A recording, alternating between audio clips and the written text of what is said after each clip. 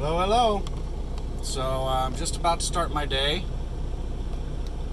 I stayed overnight at a Love's, and yet again, it's another Love's that doesn't have Tire Pass. Fucking amazing. So I'm ready to go, and I can't get out of here because the fuel island is so backed up with people taking their 30s. All right, it looks like this person is not. They didn't pull. I was afraid they were going to pull right in front of me. What I'm waiting for is the truck that you can see over to the far left. There they go. All right, it's go time. You'll see in a second. The exit's to the left, and I need to pull out. Are you fucking kidding me?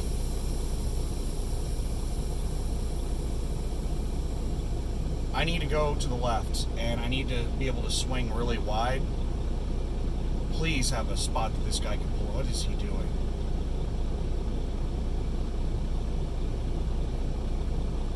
He's backing into a spot to the right of me. So I'm stuck here until this clears up in front of me so that I can get the hell out of here. I got here at like, I don't know, 4 a.m. or something. There's somebody coming behind him. Oh, they're going to pull into the fuel island. This fucking sucks. I've been trying to get out of here for about 5 minutes.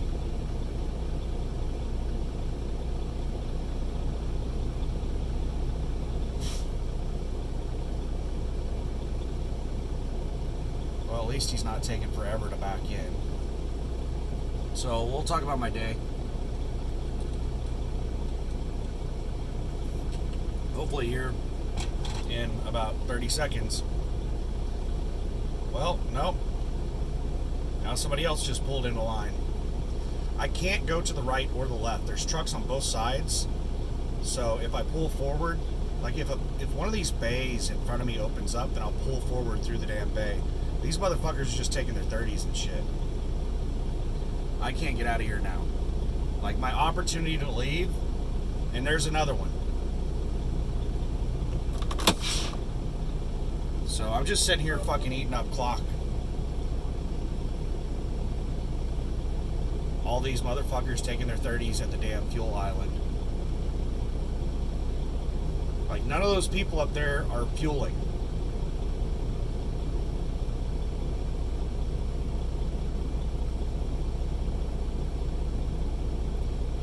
And the guy on the far left that's going to be blocked in is going to be there for probably 15 minutes because the guy he's behind just pulled into that damn spot.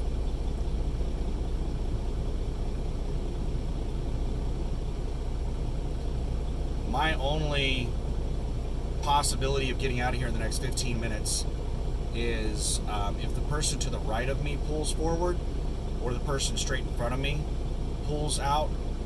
But they're doubled and tripled up in front of me and to the right of me. So it would take 2 or 3 vehicles leaving for me to be able to pull through the fuel island. If the people to the right of me pull forward, then I can swing out to the right, pull over into the other side of the parking lot, turn around, and then come back out this way. But I'm just fucking stuck here. Okay, this is a good parking spot because it's close to the building. That's not the reason I got the spot. The reason I got the spot was because it's the first one I saw open this morning when I got here. And this place was not backed up until I just now started trying to leave. And then it just got chaotic here. As soon as I started to try to leave, this is the first time the line's been like this. As soon as I try to leave, it gets backed up like this. It's just, I'm cutting it real close on time on this load. And this is just eating up precious minutes.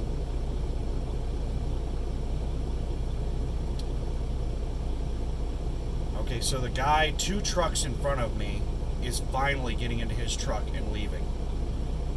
Prime probably still has to fill up their reefer, and they weren't able to pull forward far enough to fill up their reefer.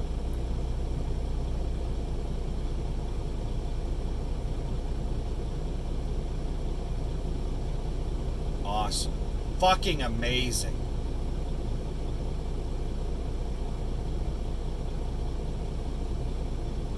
The line is probably going to start going out the exit. Like, Love's really, like, all of these fuel places need to start policing this shit. This is absolutely insane. Like, these motherfuckers taking their 30s at the fuel island and shit, they need to do something about that.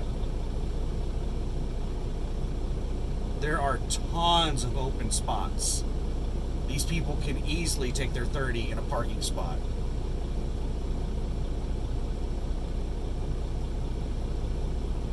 The guy up here never even got fuel. He just parked there. The one on the far left, that was blocking me into the left, he never got out and got fuel. He's just been parked there the whole time. Maybe it's taking him this long just to get his numbers written down to put into the machine for the fuel. I just need to turn to the left. That's it. That's all I need to do is turn to the left. I could make the turn behind Roadrunner here if that truck to the left wasn't there. That white truck to the left is the one that's got me blocked in right now.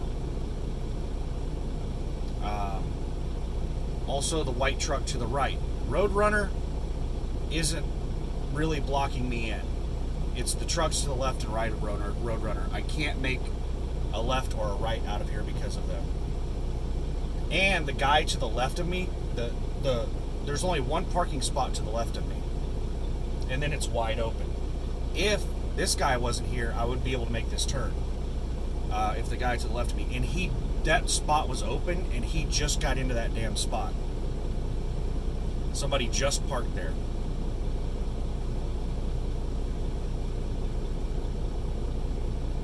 So it's been about 10 minutes so far that I've been sitting here waiting for this to get out of here.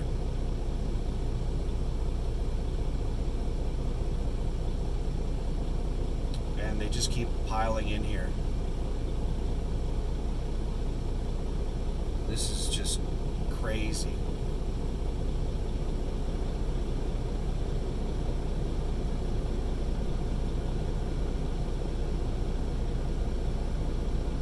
Alright, so I see movement on the truck to the left. If that truck starts moving forward, there it goes. Alright. We're going to try to get out of here. It's going to be really tight.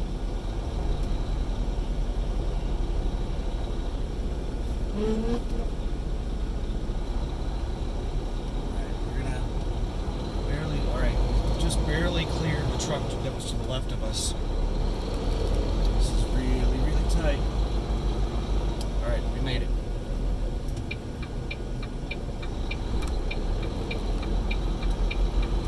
Alright, we're out on the road. Stupid jackasses taking their damn brakes at the fuel island. It's not people just taking their 30s, it's people that stop there to use the bathroom. Maybe they're not actually taking a 30, they're taking a break of some sort. You know, they're taking a bathroom break, they're running in to grab something to eat, they're, you know, whatever. But instead of parking somewhere, they'll just park in the fuel island. Because it's the most convenient place. Now, I'm not completely opposed to that. Like, I have done that.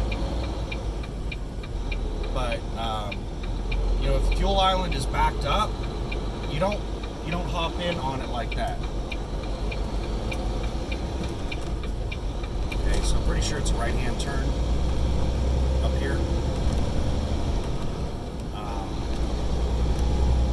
Yeah, if it's fuel island is backed up like that, you don't just pull in there and go take a damn break. And a lot of people see it as an opportunity. They're like, oh wow, it's way backed up. People aren't going to notice that I'm here for 30 minutes. And they'll hop in the line. So long lines in the fuel island attract 30-minute break people.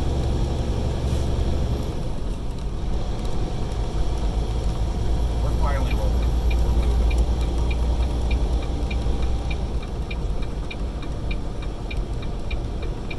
So this is going to be this is not going to be an easy driving day. This is going to be not quite a 600-mile day, but it's going to be close. It's going to be like 560-mile day. I don't have anything planned except my destination, the TA.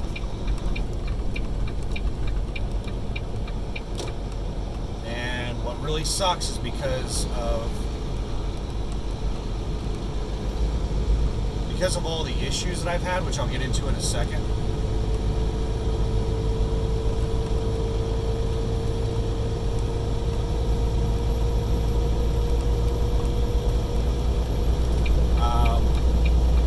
I don't really have a whole lot of control over when I'm going to arrive there. Yeah, I could sit here for another 8 hours or so and make it to where in the morning I just get there through traffic, keep left. Whenever they have these through traffic, keep left signs, that typically means that there's a lot of merging traffic. A lot of the locals use the interstate to hop on and hop off for like short distances. So we're probably about to go through a town that doesn't really have a main street. The interstate is probably Main Street.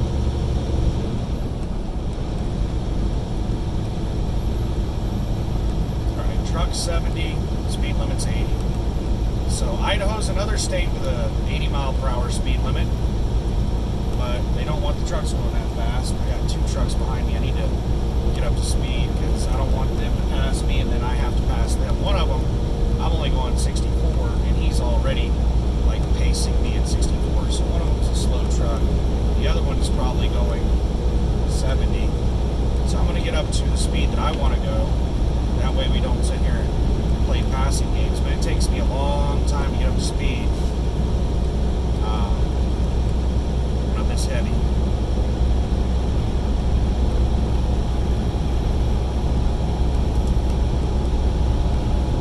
It looks like this guy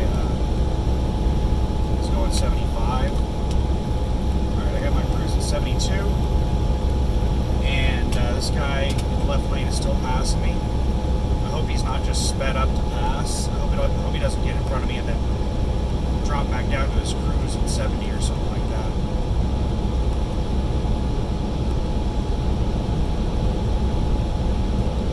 Gave him a wave. I typically don't wave at people. I typically don't signal people. I typically don't try to be like overly friendly with people out here because people tend to take advantage of that. Not just on the road, but we'll see how close this guy moves over on me.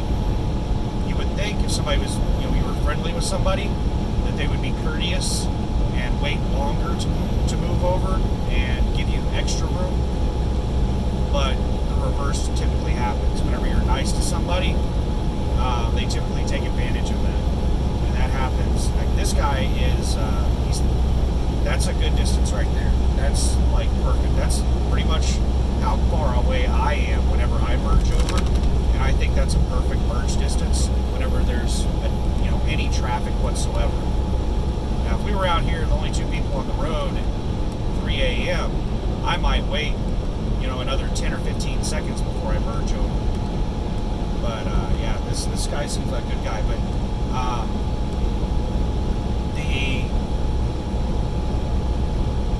not just in driving out here on the road, but just in everyday life, most people that I've interacted with, if you become friendly with them, they push the issue, they push limits. They try to take advantage of, like, well, we're buddies, he won't mind, that type of attitude. Whereas if you remain standoffish,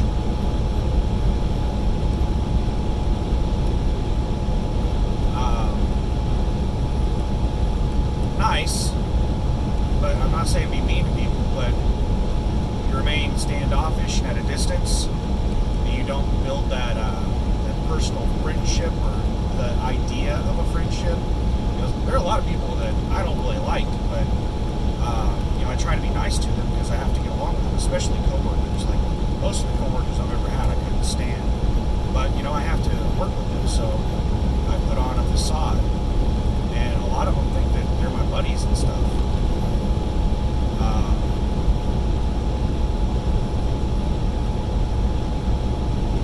So some people don't get hints. If I'm nice to you, but I've never invited you over to my house, I've never asked to come over to your house, I've never, gone to lunch with you, nothing. I do hang out with other people on the team, but not you, then, I'm just being nice because I work with you. I don't really care too much for you. Doesn't necessarily mean I hate you.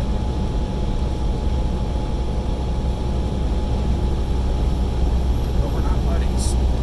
Anyway, this is digressing into another conversation. Well, I'll get to my work day in a second. I hope traffic is like this the whole way there. I don't want to run into that congested crap that I dealt with across Nebraska, was it? Or was it Iowa? I think it was Iowa. It was Illinois and Iowa. On 80. And then I think it was also in Nebraska on 80. Basically 80 all the way up until the split to go to Denver was just absolutely chaos. But since the Denver split, where you hop on 70, there were two different ways that you could go to Denver. There was a diagonal interstate. I don't know what the interstate number was on it. I think it was 76. And then there was, I think 25 is what it is, that goes straight down. The dump truck driver signaled me over. I normally do not flash my lights at people, but I went ahead and flashed a thank you to the dump truck driver.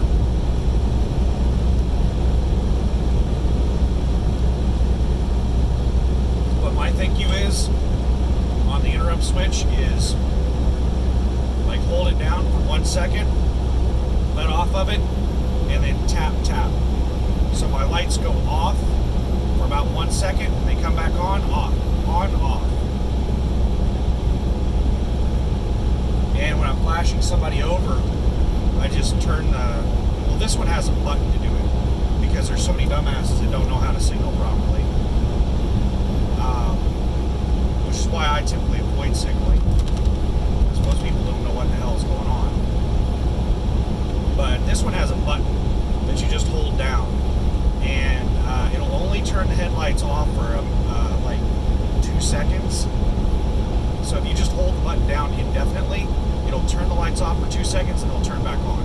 And holding it down any longer doesn't do anything.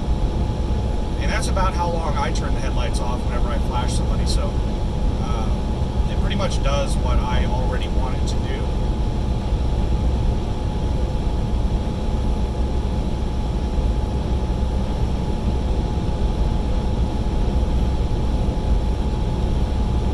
I've been in trucks that didn't have marker light interrupts. Your marker and clearance interrupts. And it's kind of a pain in the ass to signal in those things. And I think that is part of like where the weird signaling comes from. And people don't know what the hell these people are trying to convey. Because they don't have the thanks a lot, man. I really needed somebody that close to me. Alright, I'm starting to talk about things that I complain about all the time. Let's get back to my day. Yesterday was absolutely chaos.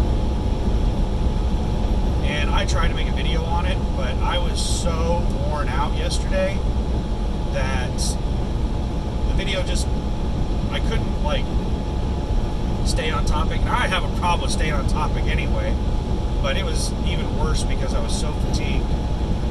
So yesterday I started my day at like 5 a.m.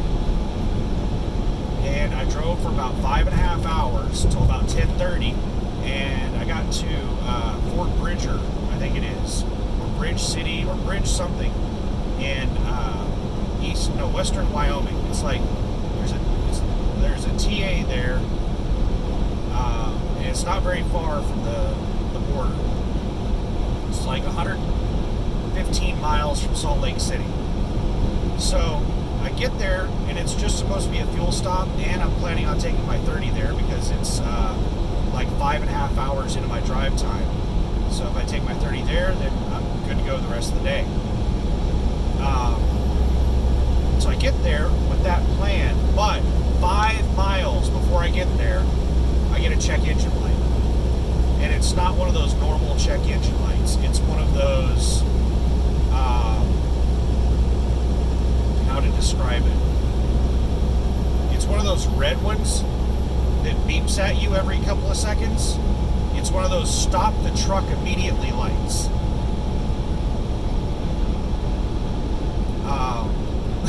So it's a really bad light. Well, I've been dealing, anybody who's been watching my videos knows that I've been dealing with a coolant leak issue that I thought originated with the APU. Now I'm thinking the APU may have just been a symptom of a different problem. Actually, a lot of my problems may have been a symptom of a different problem, because there's another issue that got resolved mysteriously by fixing this issue.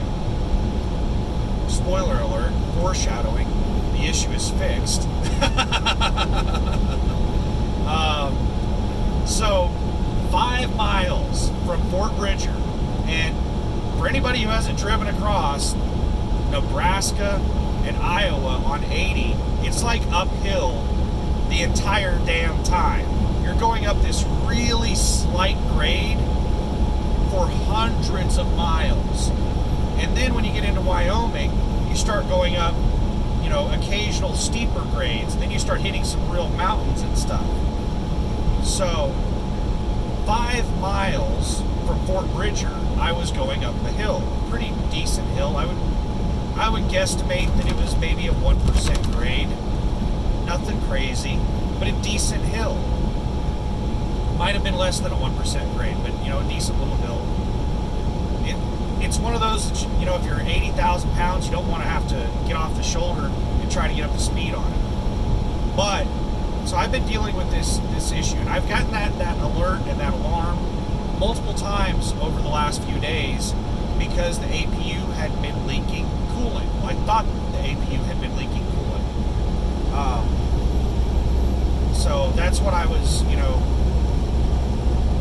pretty much blaming the whole thing on, was the APU. Well, it normally, when it alarms like that, it'll just alarm once, and it'll only do it whenever the engine gets really hot when I'm going up a hill. And then once the fan kicks in and the engine cools off a little bit, then the alarm will stop going off. Well, this particular time, the alarm was just going off constantly. And I was thinking, crap, maybe the coolant level is like, maybe whatever was leaking coolant just completely busted open, and maybe all of my coolant is dumping out right now. So I was only 5 miles away. I was tempted to just keep driving, but I had a decision to make. On the one hand, this is most likely a very minor issue, and I can just keep going, no big deal. On the other hand, this could be a fairly major issue. Damn, this four-wheeler is going like 1 mile an hour faster than me and slow passing me. Come on. I'm gonna have to tap my brakes. I'm going up a damn hill. And there's another four-wheeler that's trying to get over. Fuck you! This guy, he gave me the damn finger. This stupid jackass. I had my indicator on trying to get around this truck, and this four-wheeler flew up behind me and tried to cut me off before I could get over in the damn lane. And when I started moving over, he gave me the damn finger. What a fucking asshole.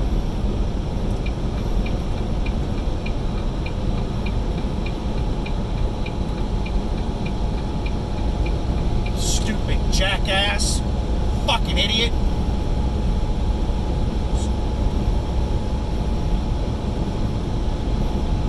Oh, she's not talking any more shit now. She wouldn't make eye contact with me. She's like looking off the other direction. Being a dumbass. Oh my god, I hate people. Like she was quite a ways behind me. And she was slowly coming up to me, and as soon as I put my signal on, she put it to the floor. And she got it up going so fast that I could see her hood dip when she slammed on the brakes whenever I got into the lane.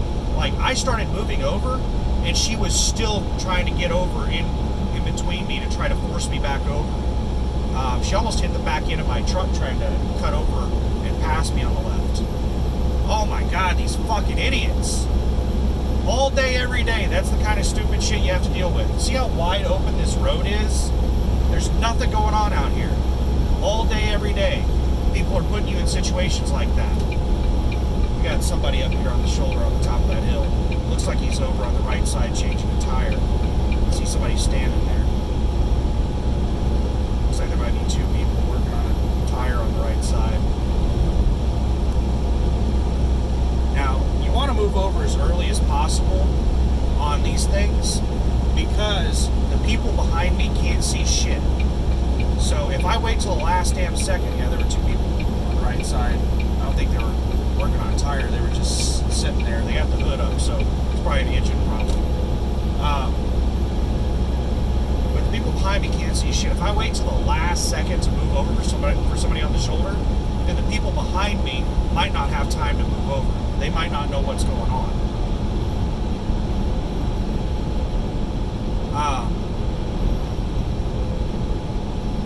I'm not saying move over. Like, it depends. It's very, very, very situational. Because, like, in really heavy traffic, if you move over really early, then everybody's just going to whip over on the right and pass you. You probably shouldn't even be moving over to the left. Damn! People on the shoulder. You probably shouldn't even be moving over. This is the reason you need to always be mindful of what is around you. So that you can just, as soon as you see something like that, you know that there's no one to your left. You don't have to sit there, because whenever you change lanes going to your left, ideally, you want to wait a few seconds so that you know, if there's somebody in a blind spot, it'll give them time to move either forward or backward so that you can see them. So you always want to be mindful of what's around you, because in a situation like that where you don't have time to wait 3 or 4 seconds to move over into the left-hand lane, if you already know what's over there, if you've been paying attention, you know it's a much safer lane change. But yeah, in heavy traffic, you probably don't even want to change lanes unless you absolutely have to. Just slow down and move over in as far left into your lane as you can.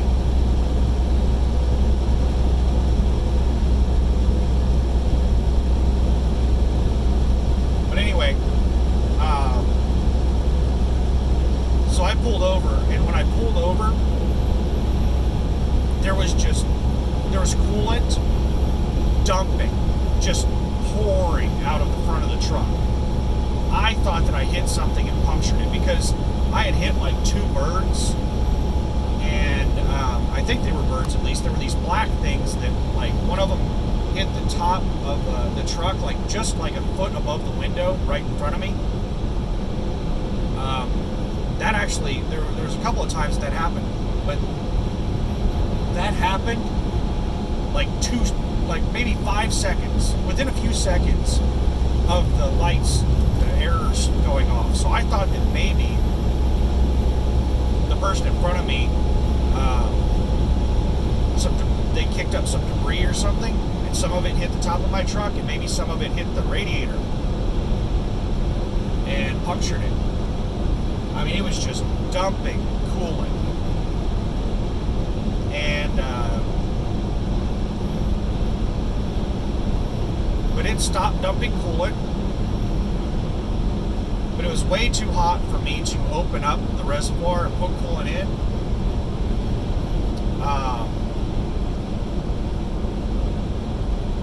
but it had plenty of coolant in it. It had enough for me to make it 5 miles. So I was like, okay, it's stopped, so it's only dumping it out really bad whenever the temperature in the truck gets high. So I'm just going to baby it up there, which I didn't really have any option in the matter because I got out and I couldn't get going faster than 32 up that hill because I was going from a dead stop. People were flying by me. I almost got rear-ended 2 or 3 times.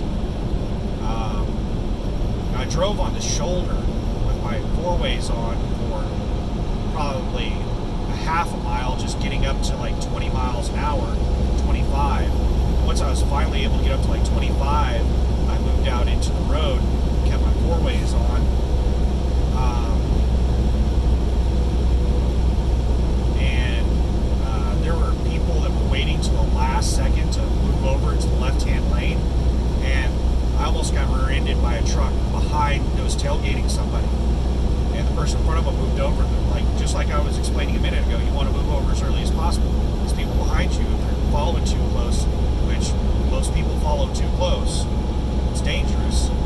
You move over, and yeah, you miss me, but the person back there, they may not have an opportunity to move over.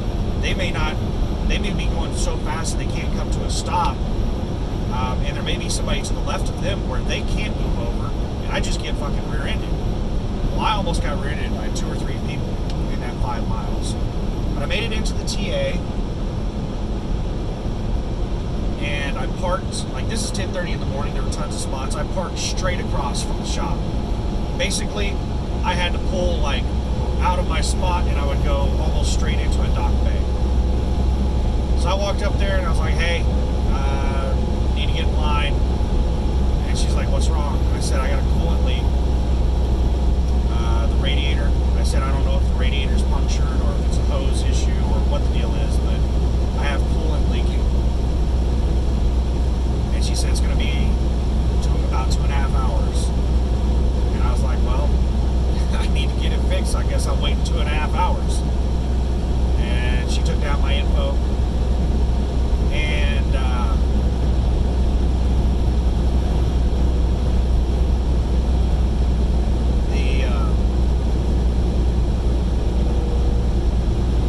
then I went, back out of my truck, and I waited for 6 hours.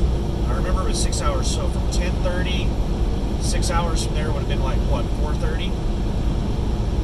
I called them up, I'm like, hey, I'm just checking the status. I was told it'd be 2.5 hours, and it's been like 6. And they said, who are you with? I said, I'm USA Truck. They said, USA Truck, yeah, you are number 3 in line right now, so probably about an hour and a half. All right. So 4 hours later, I went in. I didn't call, I just went in. And the service manager wasn't in there. A mechanic was walking by while the phone was ringing, and he took a phone call. And then he walked up to me, and he was like, yeah, the service manager isn't here. She'll be back in a minute. I don't deal with the scheduling, so I don't really know what's going on. And I can't schedule you in. And I said, can you tell me what place in line I am? And he said, who are you? And I said, I'm USA Truck. He said, you're next in line after the CRST. I was like, all right. And at some point I mentioned that I've been waiting for like 11 hours. Because at that point it had been like 11 hours. It was, I think it was 10 p.m. at night. So it had been like 10 and a half hours. So I was exaggerating by a half hour.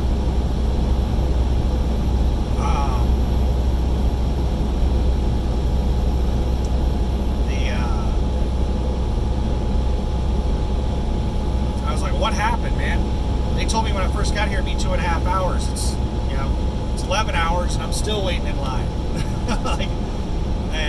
He is like, it's just poor scheduling. He said we don't have enough people and on duty, and the only other person that's here has been out on road calls all day, so it's just been me all day long.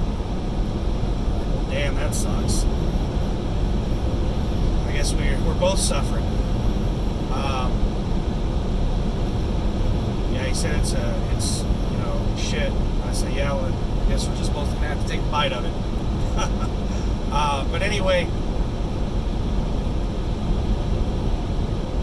I got out to my truck, and about 10 minutes later, maybe 15, I got a call telling me to pull into Bay 3, which is the express lane where they do, I don't know what they do in the express lane, oil changes or something, things that are only supposed to take a couple minutes.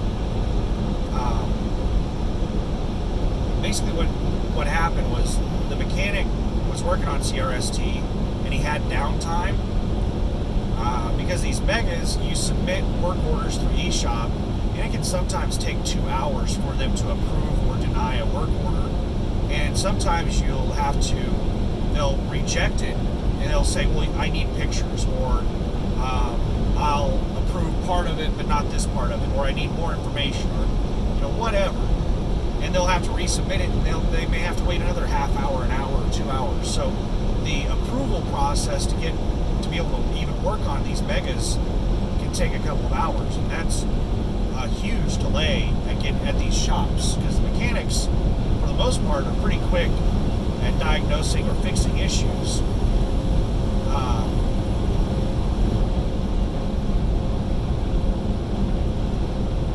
It's the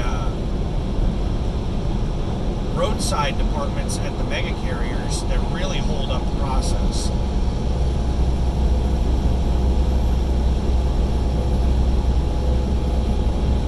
And I think that these shops should start charging them wait time on approvals to get them to do something about it, because that's probably the only way that they're ever going to get that to change, is if it starts costing them money.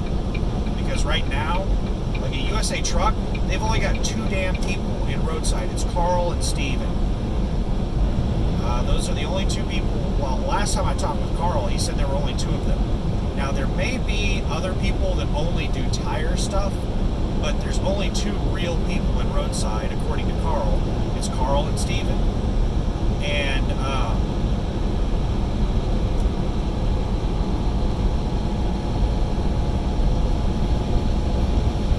I asked Carl, why in the hell does it take you like 2 hours to approve this crap? He said, because there's only 2 of us. And we got to chatting, and he told me that, like, even with only being 2 of them, and they're backed up all the time, they still get harassed all the time that they're not doing enough, and that they're telling people something's going on where they need more staffing levels. And he said that people making the decisions think they have too many people already. Like, they need to cut back instead of increase. So this is just cost-cutting bullshit from executives. And until, like, something, like the executives, these dumb shit management people, make decisions based on metrics, numbers on a paper. That's all they fucking understand. They can't do most of the jobs that they manage. They just look at numbers on a paper. So until there's a number on a piece of paper that says it's costing them money, it would be more cost effective for them to hire another person, they're not going to do it. They may even cut back further and cause even longer delays.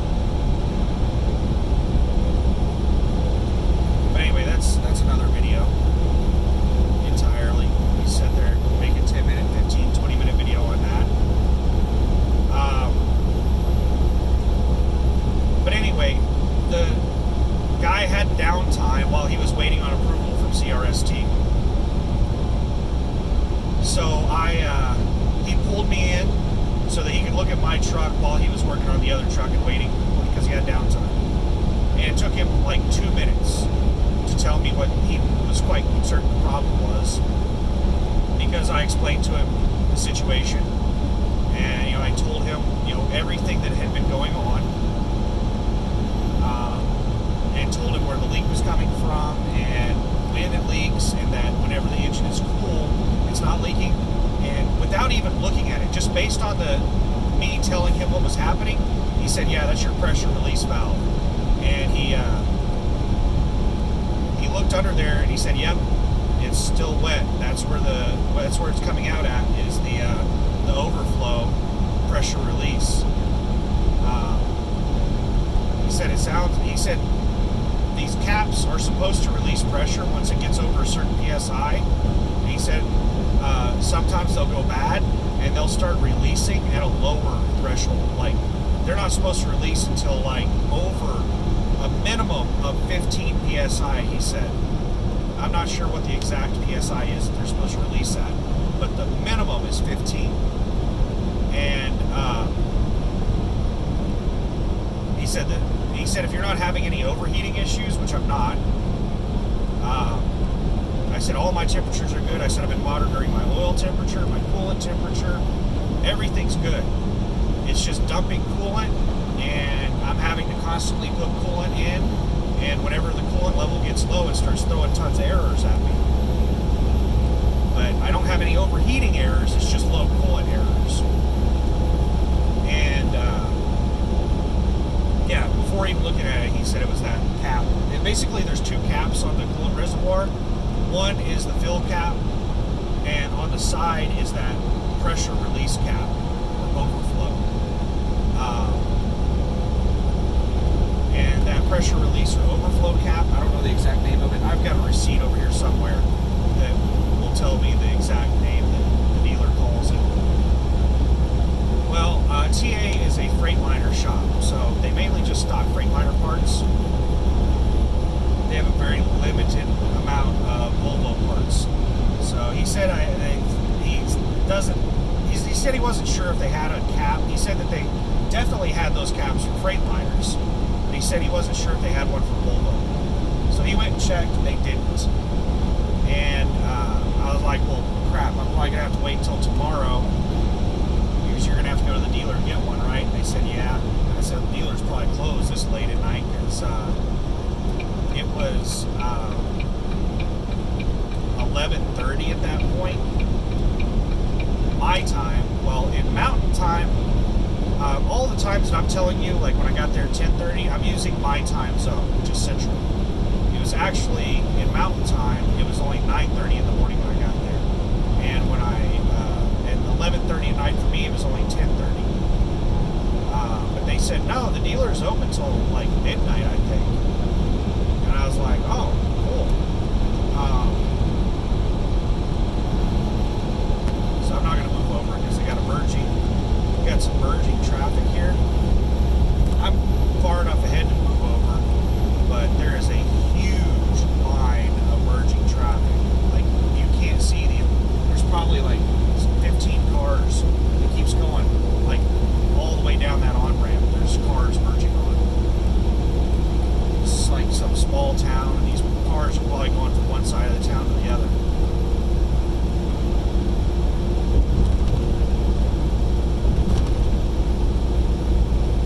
And they're all, doing a pretty good job of not driving like assholes. Well, there is one person that whipped down across the median there to pass everybody. Yeah, he's in one of those, I've got a small dick trucks, one of those Ford F1 Millions. It's jacked up 10 feet off the ground, and the tires stick out an extra foot or two down the sides. You'll see him here in a minute when he passes me.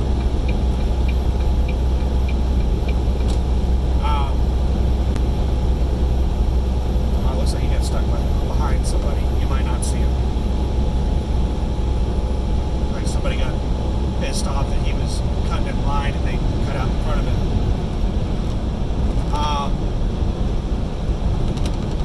So they didn't have the part. They told me that they could get the part for me. I said, well, how much would it cost for you to... I said, Salt Lake City is the nearest city, right? They said, yeah. And I said, Salt Lake City's quite a ways away. They're like, no, it's not that far at all. I'm like, isn't it like 100 miles? They're like, yeah, it's like 100 miles. And I said, that's quite a ways away. It's like an hour and a half away. And it's 10:30 at night. Or, I was using Central Time. I was like 11:30 at night. And they said, well, I think they're open till midnight. Well, they checked, and sure enough, yeah, the time and the hours they had listed said that it was open till midnight. So I was like, and like, you can pick up the part before they close? And they're like, yeah, we can get there before they close. Because, it's an hour and a half away, but apparently they have somebody already in Salt Lake to pick up the parts, so they don't have to like drive an hour and a half there and then an hour and a half back. They have somebody in Salt Lake that they pay to shuttle parts up there. So,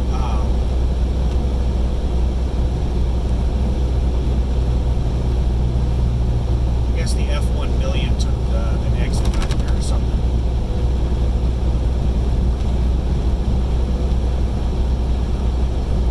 But that red truck was another one that whipped out, trying to get around everybody.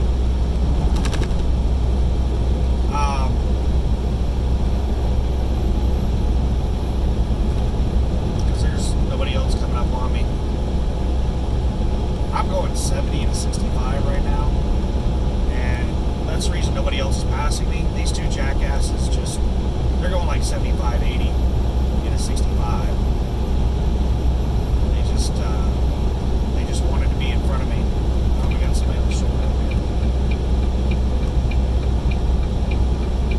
Looks like our left lane is closing up ahead. There's all kinds of shit going on. Now that these guys are in front of me, I'm starting to catch up with them. So I think they just wanted to be in front of me. Now they've slowed down. I can't stand people like that. So I'm talking with them, and I said, okay, cool. Well, we've come to the conclusion that they can have the part for me tonight. How much? How much would it cost you to get the part to me? Because I said I'm on my way to Portland. And the mechanic said, well, you're going to be driving through Salt Lake on your way to Portland. I was like, oh, am I? Okay, cool. So I was like, well, how much would it cost to get you guys to bring the part up here for me? Yeah, I'm going to have to take my brakes.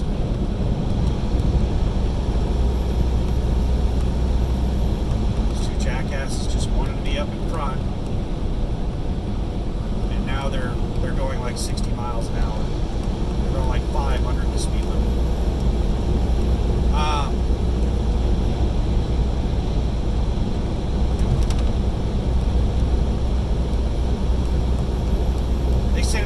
I said, well, how much would it cost me to get the part through you? Because the mechanic told me it's probably like a $25 part.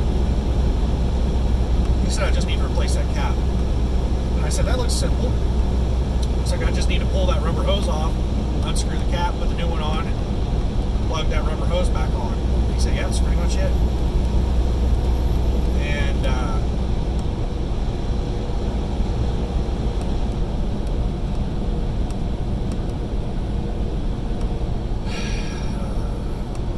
hate these jackasses that just want to be in front. And now he's going 5 under the speed limit.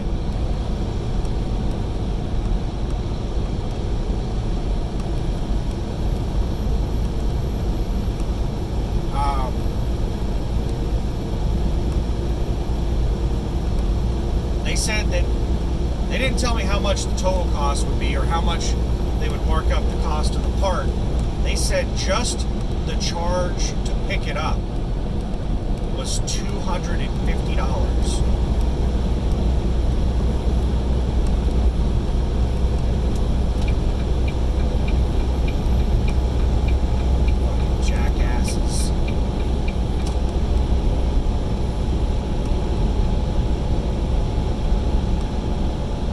Oil field, trash, and proud is what it said on their back window.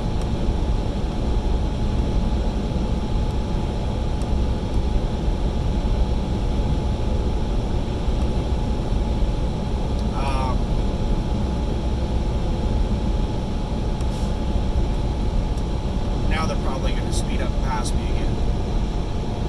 They were going 60 to 65, now the speed limit's up to 80.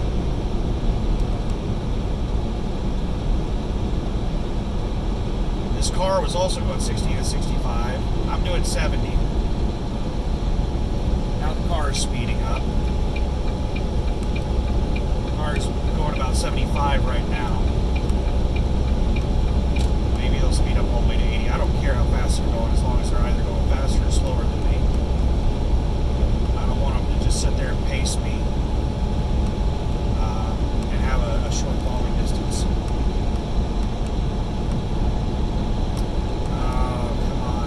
Looks like he's going pretty fast. Yeah, here comes. It looks like the Roughnecks took that exit. That's the reason they were just chilling, going 60 miles an hour, because they had an exit coming up. So I don't have to worry about the oil field trash anymore. So I'm going, I set the cruise again, we're doing 72, truck speed limit is 70, car speed limit is 80. So $250 just for them to go pick up any part. That's just the pickup fee. That is crazy. That is crazy. That's more, a lot more per mile than I make. How much is that? $250 for? No. I guess it's not a lot more because you have to figure both ways.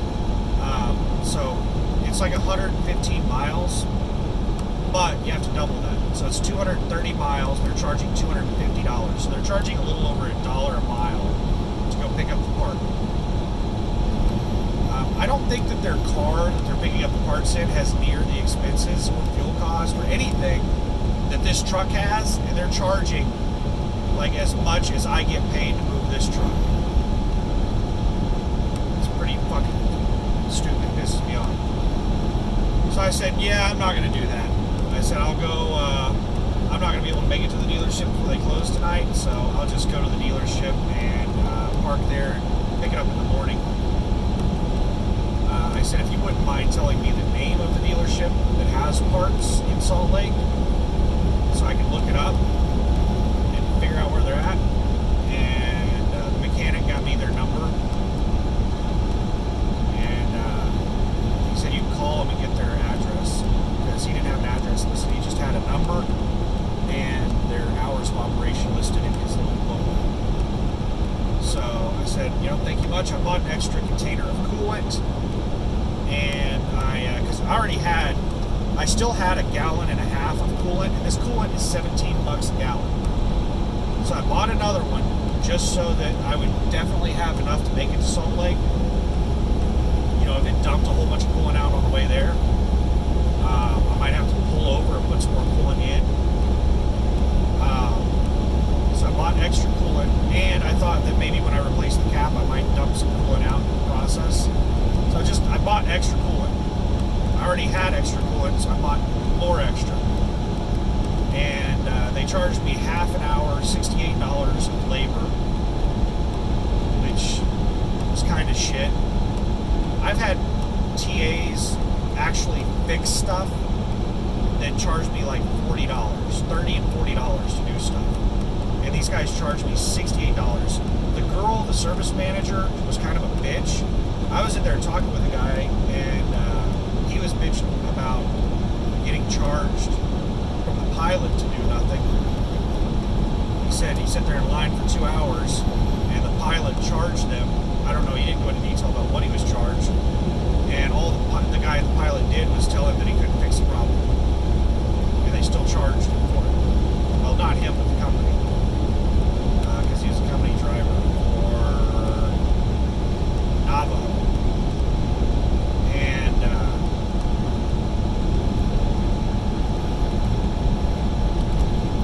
I said, they're telling him, I said, that's one of the reasons I come to TA is that they don't nickel and dime you on these rates. I said, I can't count the number of times I've come into TA and they've spent like an hour, looking at something or, talking with me about it. And then they don't charge me anything because they can't help me. That's happened multiple times. And the service manager said, yeah, we only charge a 30-minute, I forgot what she called it, basically a consultation if we can't help you. So she immediately bitched out on me right there and said, yeah, we're not going to give you a freebie if we can't help you. Which this one, normally, I would probably not have been charged for this because I just told the guy what the problem was, and that was it. He didn't really troubleshoot after that. He was done. Now, I went ahead and asked him to troubleshoot after that, and I said, well, I want to make sure that this pressure relief valve is not a symptom. I want to make sure it's the actual problem. Is there any way for you to test and see if it is releasing at the correct pressure? He said, oh yeah, I've got a little thing that I can put on the cap and I can pressure it up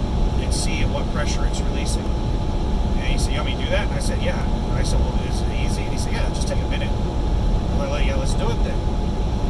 And he put it on there, and at 15 psi, which it was not supposed to be dumping at 15 psi, it was just pouring coolant out at 15 psi. And he backed it off, and by the time he made it to 10 psi, it finally stopped. So he said it's kicking off somewhere between 10 and 15 psi, and it's lower than it should be. So he said that's definitely the problem, or at least one of my problems. So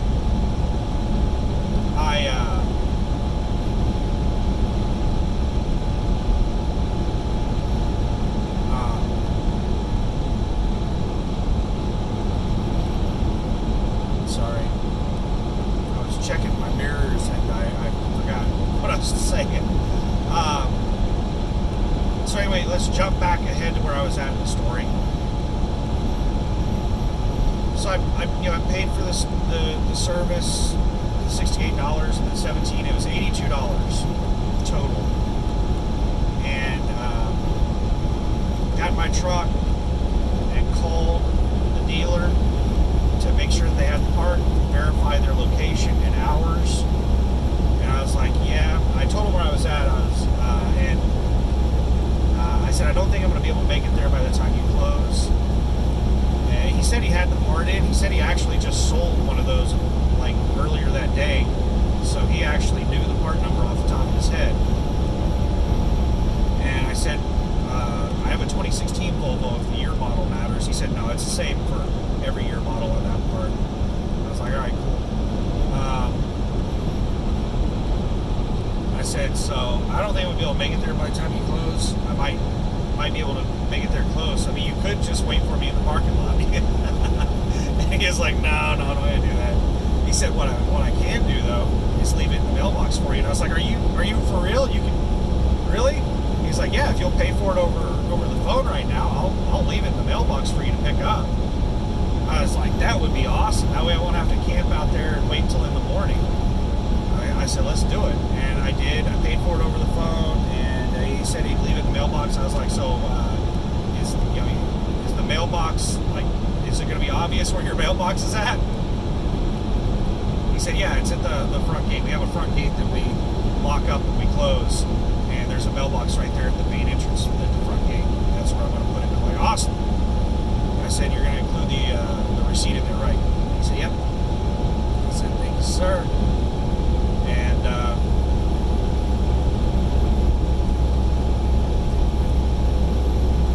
sorry, my throat's getting dry. Took a big old swig of my cherry Coke from Carl's Jr. And I've been craving one of those. It's a number 9 meal. I forgot what it's called. It's like their jalapeno thick burger. And that thing is good. And I got it with fried zucchini this time. I don't always get it with fried zucchini. Sometimes I'm in the mood for fries or crisp cut fries or whatever. But today I was like, you know what? Let's do fried zucchini. It was decent. It was pretty good. The only thing that sucks about fried zucchini is the crumbs get everywhere. Like there's just tons of crumbs that come off of it. So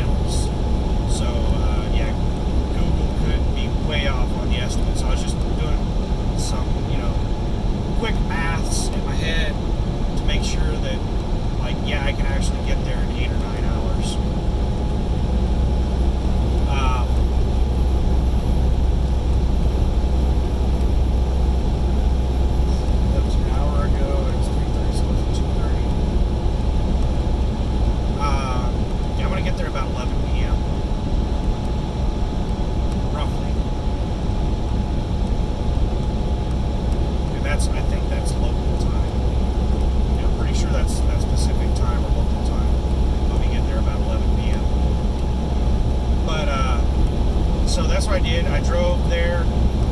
Yeah, it dumped radiator. It dumped the coolant like crazy because there were tons of mountains, really steep grades getting there, and I just drove it all the way through and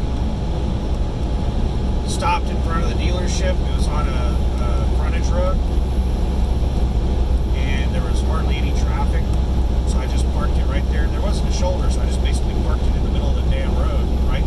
Well, in my lane, put my four ways on, picked up the part, and installed it right there on the road, and put some more coolant in.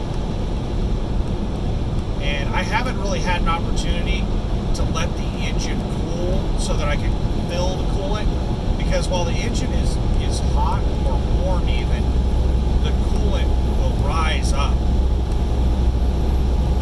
So the coolant level is still low right now, even though whenever I open the cap, I haven't filled all the way to the brim whenever the cap's open.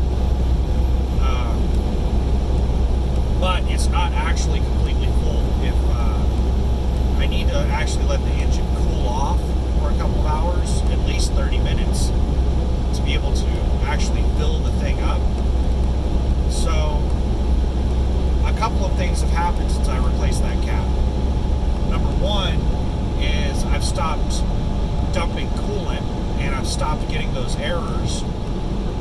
And number two, my check engine light that's been on for, I don't know, basically ever since I've gotten the truck, I've had a check engine light.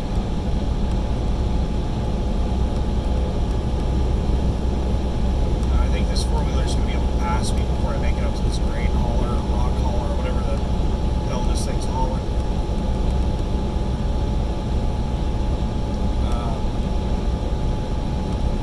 That check engine light went away. And then after a while it came back, and probably because my coolant level is still pretty low and the pressures aren't actually right like they're supposed to be. But when I put more coolant in, that check engine light went off again.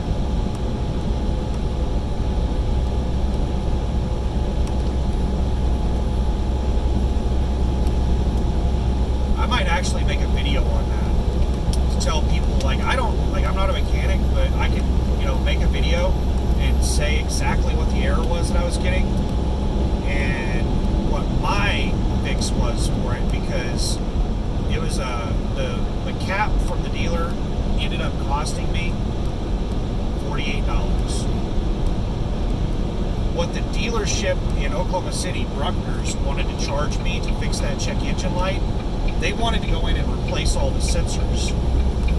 And they wanted to charge me $1,500 to replace that sensor. Well, I fixed that for $48.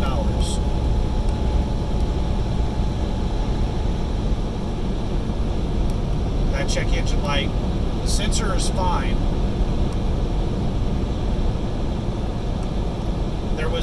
The sensor was erroring correctly, and the dumbasses at Bruckner's wanted to replace the sensor.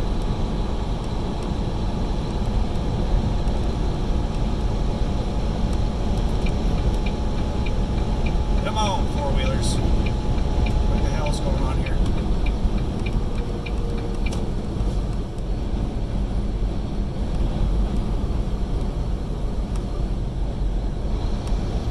What the hell? Where did that guy come from? Some four-wheeler just like slammed on their brakes in front of that truck to the left and moved over. What the hell is going on? These dumbasses. And there's a couple more four-wheelers to the left to be passing. But it's going to take me a while to accelerate back up after having to slam on my brakes like that. So I'm going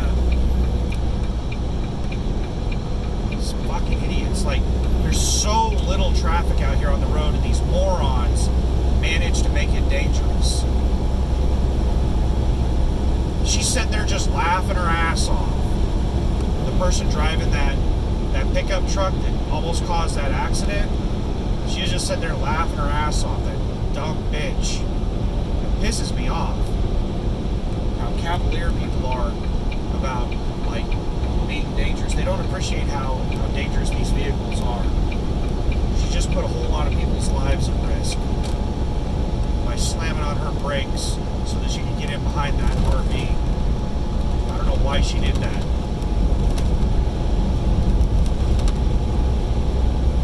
I don't even know where that damn pickup truck came from. I wasn't paying that much attention to it. Anyway, they're just sitting there behind that RV, so they're probably traveling along with that RV. What it was, that pickup truck was probably in front of the RV, and they wanted to get behind it, so they pulled over into the left-hand lane and hit their brakes, and then fell in behind the RV. I'm guessing that's what happened.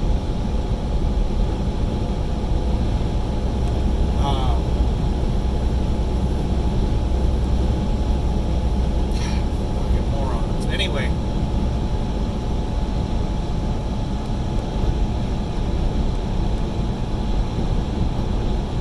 Where was I at in this story? So I picked up the cap, or replaced the cap, and I was talking about Bruckner's being a bunch of dumb shits and charging crazy amounts of money.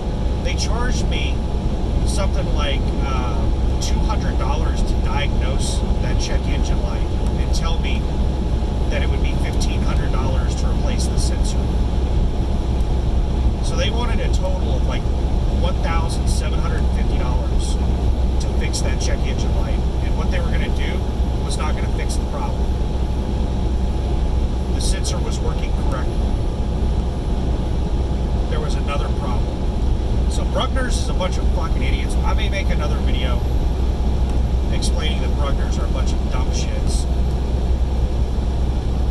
I've already made one negative video about Bruckner's, and I left them a really bad survey, and they called me. They were like, this is the worst survey we've ever received. And I was like, yeah, fuck you. I hung up on them. I wasn't quite like that. I was like, yeah, well, they wanted to talk about it, and I was like, no, I'm not going to talk about it. Some semi-slow pass to the left. Oh my god. There's like a line of fucking people on the left. So here I am slowing down to 64 for these people. No, go ahead, horse hauler. I'll go after you. This horse hauler was being really nice and slowed down to let me over.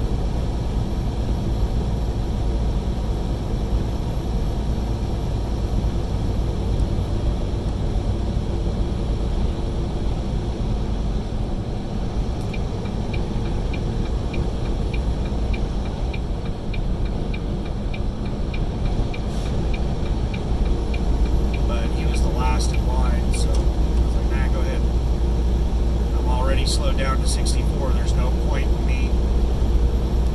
This just tears up my fuel to slam on the brakes like that and then have to accelerate back up. It burns a lot of fuel.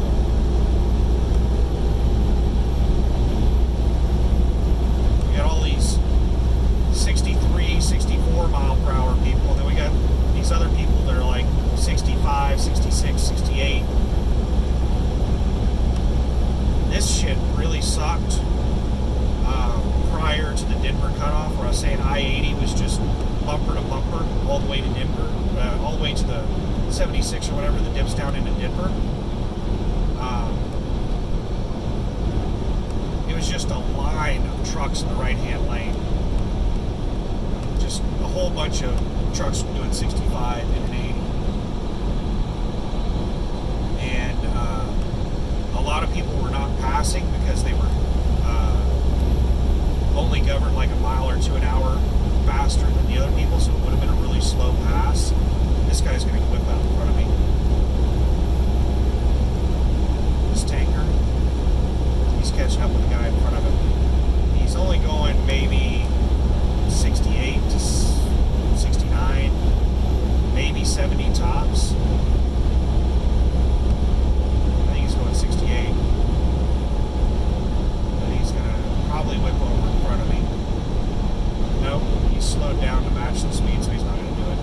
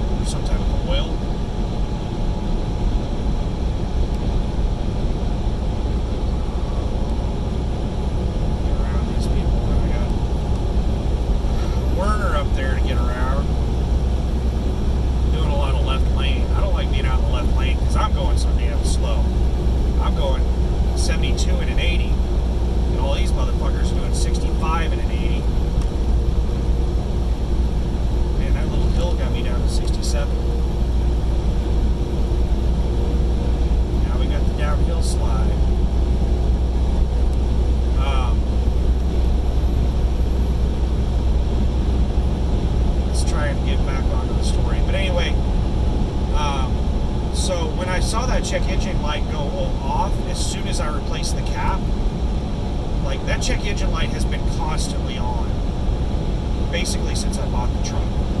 It came on. It wasn't on when I drove the truck off the lot, but it came on very shortly after, like the same day or the next day. And it's been on constant ever since then. And after replacing that cap, when I turned the truck back on, that check engine light was off. And that check engine light did not come back on until the engine temperature got up. And basically, it sucks the coolant level down when the engine temperature goes up, when the pump's working and everything. And so that told me basically that check engine light was related to this problem. And I was like, well, shit. Whenever this engine cools off a little bit, I'm able to put the proper amount of coolant in, and that check engine light may go away. And sure enough, later on, whenever I stopped and was able to put more coolant in, that check engine light, whenever I started my day today, it hasn't come on. And I've gone up some decent grades and I've got the temperature up, but the coolant is still low. Like, I really need the truck to set for a couple of hours to be able to fill the coolant up to the proper level.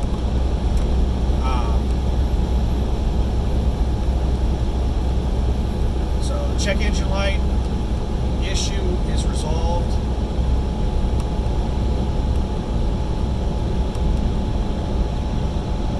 And the coolant issue appears to be resolved.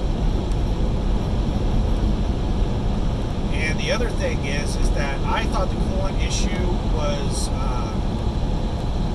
caused by the APU. Now I'm starting to think that the APU issue may have been caused by the coolant issue. Like the APU was getting the coolant hot as it was running, and then after a few hours, when that coolant gets hot enough and it builds up enough pressure, it was just dumping coolant out. And whenever that happened, it was causing the APU to overheat. So the APU issue may have very well been caused by this issue. So that little $50 cap was causing a ton of problems. Now the valves, the cutoff valves, these little ball valves, still appear to possibly be leaking. Now here's the thing with these valves, is the way these valves work is that it's basically a ball that goes, you screw it up, you screw it down. And I think the reason it may have been leaking is because it wasn't all the way screwed down or all the way screwed up. If you screw it all the way up, then the ball goes into place, it locks into place and shuts off at the uppermost point. If you screw it all the way down, then it locks in and shuts off at the bottom point. If you just half-ass it in between, then it doesn't really shut off, and I think it allows coolant to escape up through the screw. And I think that may have been why it was leaking, was because it wasn't all the way up or all the way down. So I'm going to test the APU at some point. I didn't want to do it last night because I just didn't want to deal with it. I'll get to the reason I didn't want to deal with that in a minute. Maybe I'll deal with it whenever I get to TA tonight. I might wait until after I make the delivery. I'm not 100%. It's just going to depend on what kind of parking spot I can get and a whole bunch of other factors.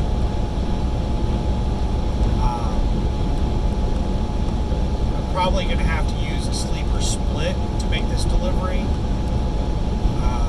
I don't really know how I'm going to make this delivery. What's really awesome is that the TA that I need to fuel up at and that I plan on stopping at and everything is 7 miles.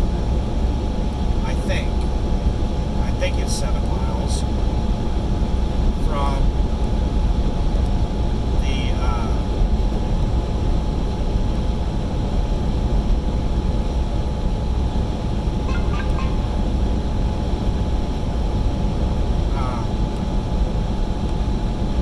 sorry, there's a mobile way station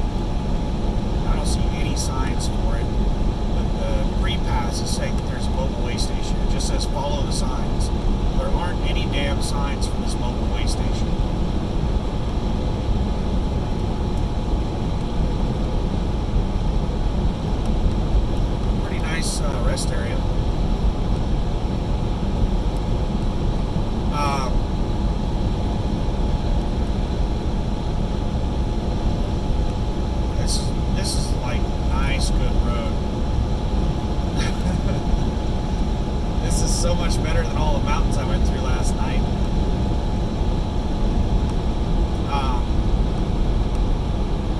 Sorry. I'm trying to judge how fast this RV is going. I got a car almost getting around me, and I've made it far enough around Werner. I think this RV is going fast enough that I can get in behind it long enough to at least let this car around me.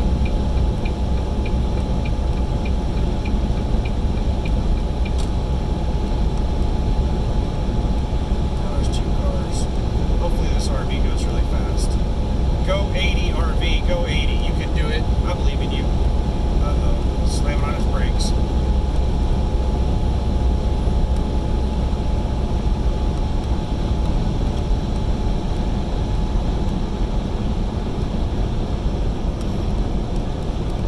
Oh, shit. There's another truck. Oh, he's going. This RV slowed down a lot.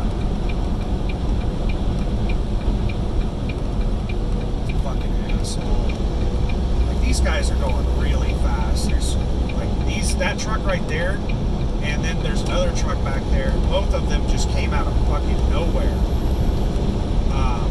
They were going so fast. This RV is still hitting his brakes for some damn reason. I don't know why. He probably thinks he's going down a hill.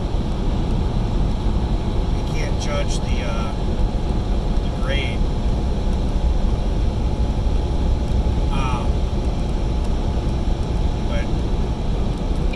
Pickup trucks just came out of nowhere. They were going so fast. That car is going just a little bit faster than me. The red pickup, and the one coming around me right now, the gray one, they came flying up, they're probably doing about 85 to 90. They had to slow down whenever they caught up with us, but now they're speeding back up. There he goes. He just had these California plates.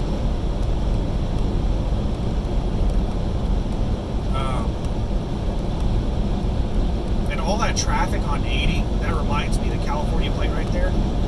I think I uploaded the video. I can't remember if I uploaded that video. But I was sitting there looking at all of the plates as we were driving across Nebraska because traffic was just packed across Nebraska on 80. And there were no Nebraska plates. I sat there for like 5 or 10 minutes looking at every plate of everybody driving by me. Not a single Nebraska plate for 5 or 10 minutes. And then finally, yeah, there were like 2 Nebraska plates driving with, alongside each other.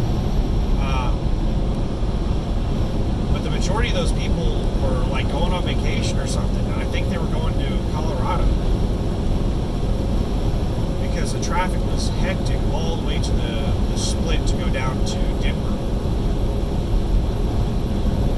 And pressure's building up in my ears on this downward grade right here. I'm trying to pop my ears.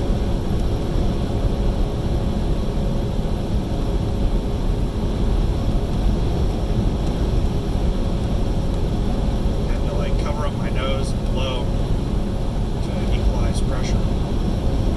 And still, damn, that was a huge pressure change. Indiana plates.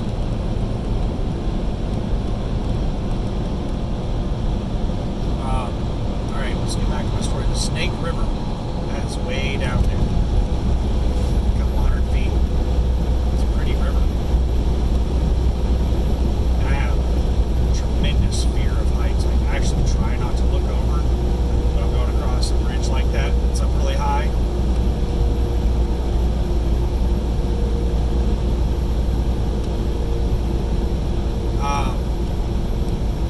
Where was I at in this story? So I replaced it, I got on the road, and I was planning on continuing with my original route because like I told you, I took like 11 hours off there at that TA. I was in an off-duty status that entire time. But I wasn't able to go to sleep because I just woke up 5 hours before that. I had just been like 5 hours into my day. So I wasn't tired, and I didn't want to, go to sleep and miss a phone call because it was such a long wait to get in there. They'll only call you like once. If you don't answer the phone, they'll go to the next person. And I didn't think I was going to be there for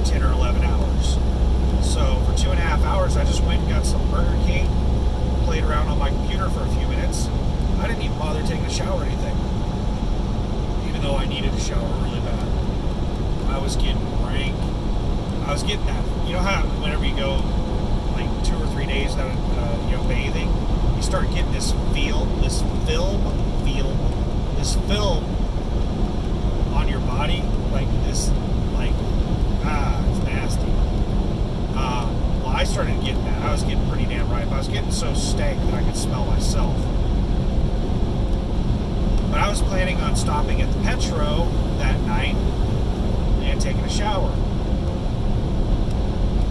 So I was like, yeah, I'm not going to bother showering here because I didn't want to get in the shower and then they call me just as I reserve the shower and get into it. And then I've got to hop back out of the shower and waste one of my shower credits. What I was planning on doing was, once I got into the shop, if they told me, once I got some kind of ETA about like how long it was going to be for sure, then I was going to go hop in the shower. Like if I got into the shop and they were going to start troubleshooting on it, and I was going to be like, hey, I want to go take a shower. Is it going to be like an hour? And they'd be like, yeah, you're cool to go take a shower. Then I would have gone and taken a shower. But sitting there just waiting on a phone call, I didn't want to do it and risk missing my appointment. Losing my place in line. But anyway, so I was still really ripe, and I hadn't slept, and so I did like five and a half hours into my day, and then I sat for like 11 hours, and then I drove for a couple of hours to Salt Lake. So by this point in time, I've been awake for 18-ish hours, maybe 20 hours. I don't know.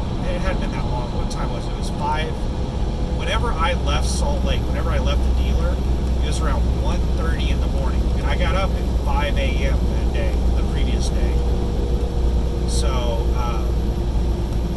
I had been awake for roughly 20 hours.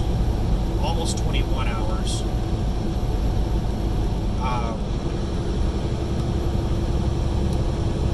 This guy behind me is not as heavy as me. I can't remember if I passed this guy or if he's catching up with me. If he's somebody I passed, I'm going to be pissed off if he passes me on this hill, because I'm going to have to pass him again. But if he's been catching up with me, then fucking awesome.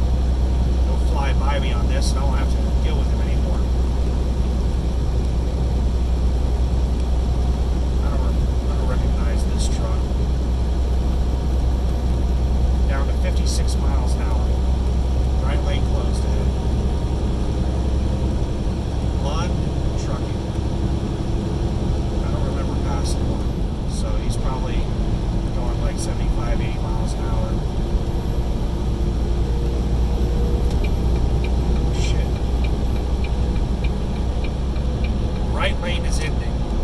And we got somebody on the shoulder.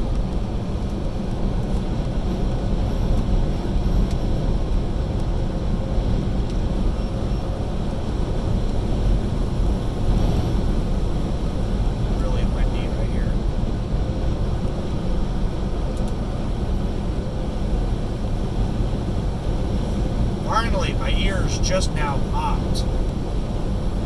And I can hear again.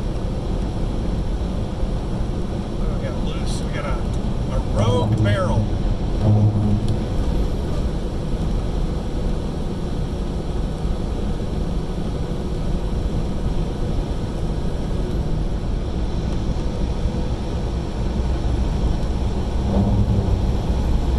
Next 8 miles, it's bi-directional.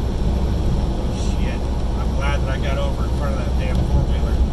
It's I have a truck in front of me instead of a car. The damn cars in shit like this, they'll speed up and slow down. They have a really hard time maintaining speed. And it really sucks in these trucks to not have like a consistent speed. Accelerating in these is slow and it uses a lot of fuel. So whenever somebody slows down and I have to slow down for them, and then they realize, oh, there's a lot of room in between me and the person in front of me, and they speed back up, and then I have to speed back up,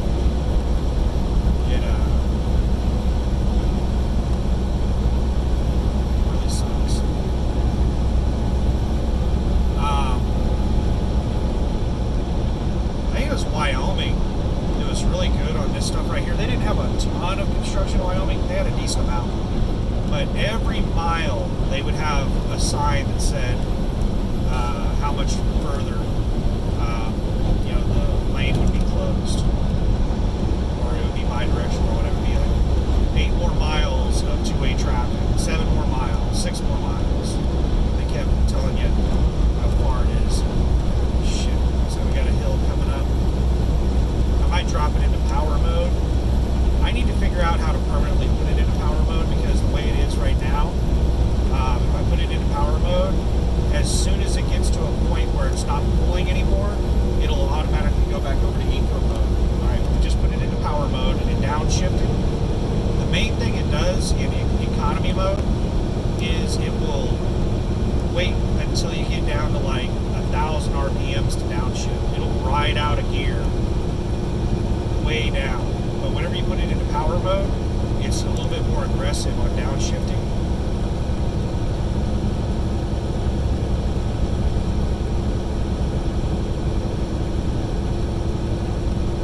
Normally I would just keep it in eco mode, but since we're single lane, I don't want to piss off the people behind me too terribly much. I don't put it into power mode very often.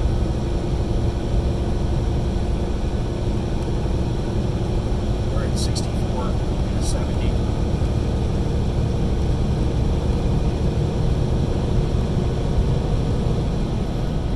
I mean, we're cruising along through here really good. We got really lucky on this, where the people in front of us are not going like 20, 30 miles an hour under the speed limit. Because that happens a lot. You get into this single lane shit, and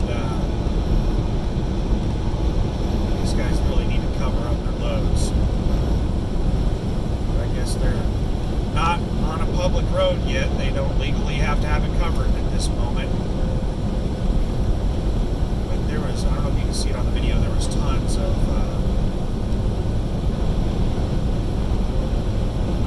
dirt and dust and stuff blowing out of those dirt haulers, out of their loads. Oh, got another good pop to my ears. I'll get back to my story once we make it out of this. Should have about like 3 to 5 minutes left. I can't remember how many miles it is. 8 miles. I don't know how many we've done so far.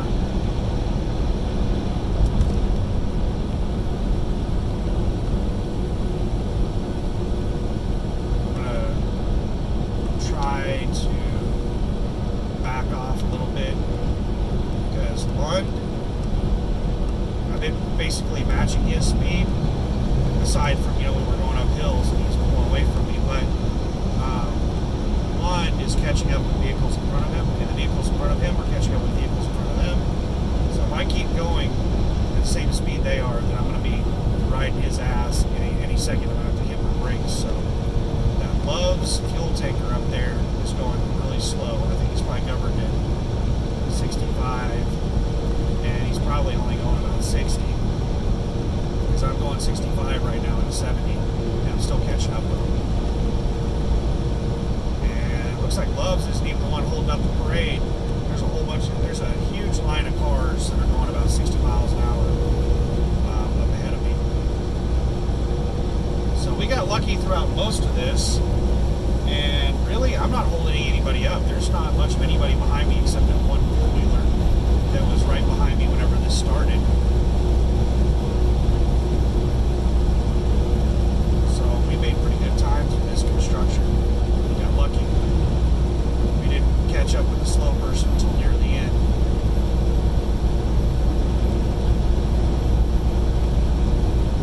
What's really annoying is that these dump shits that go like 20 miles an hour under the speed limit, which this person's not going that slow. They're going like 10 miles an hour under the speed limit.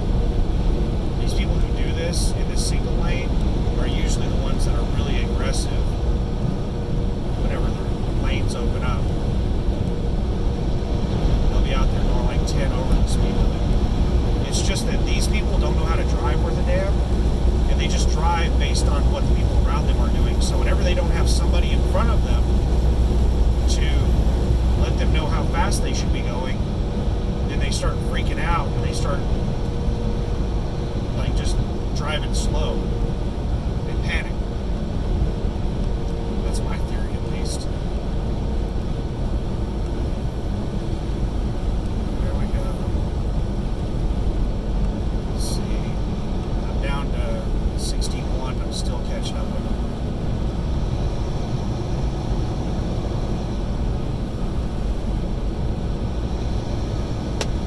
That was a big bug.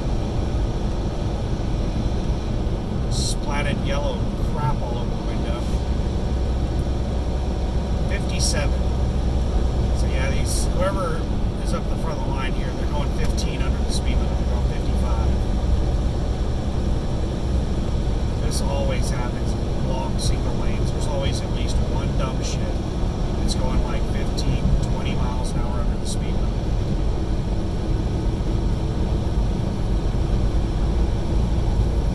Alright, I want to get a little run at this hill.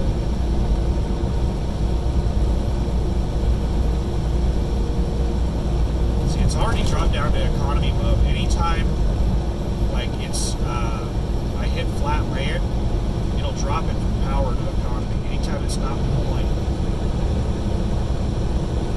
Looks like we're coming out of the single lane.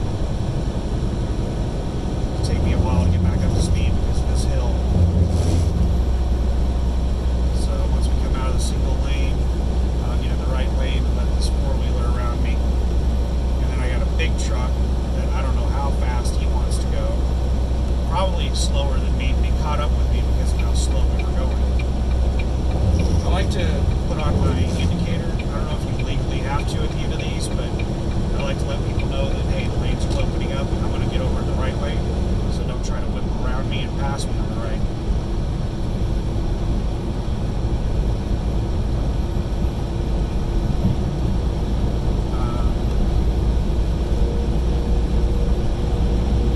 No, it's Werner. I'm faster. That's the Werner that I passed back there.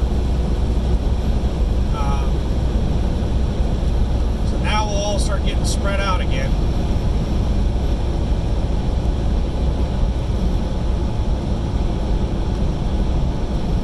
So, go back to where we were at. I was leaving Salt Lake at around 1:30ish in the morning. And I've been awake for like almost 21 hours, roughly 21 hours at that point. And I was 5 to 5.5 hours away from where I wanted to stop at that night in Boise. I think it was 430 miles. No, it was roughly 500. Was it 500 miles? No, it was 5 hours. So it's like 350 to 400 miles to Boise. I had plenty of time on my clock because I just taken that 10 and then it was a 2-hour drive to Salt Lake. So I still had like 8 hours I could drive. I can't remember exactly how many miles it was. I just remember how long it was supposed to take. I should have made it to Boise just a hair under when I needed to take my 8-hour rest break. So I should not have had to take a 30 by the time I made it to Boise. I hope that van was not go slow because they caught me. They passed me on a hill when I was going 67 up the hill, and now we're going down the hill. That's what I hate about the four-wheelers.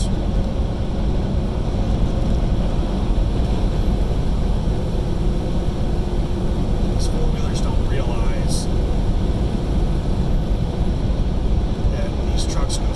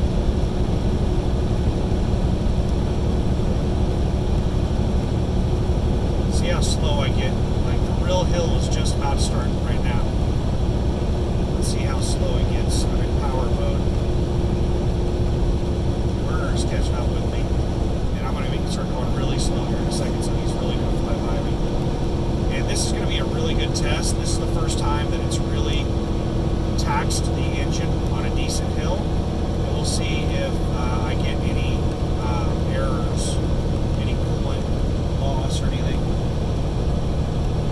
54 miles an hour.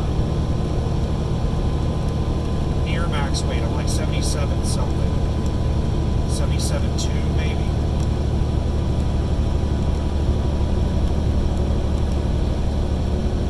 They said this load was 42,166 pounds, if I remember correctly. I don't believe that shit. I think that they were wrong on the weight. Because I think I should be able to carry up to about 47,000 pounds.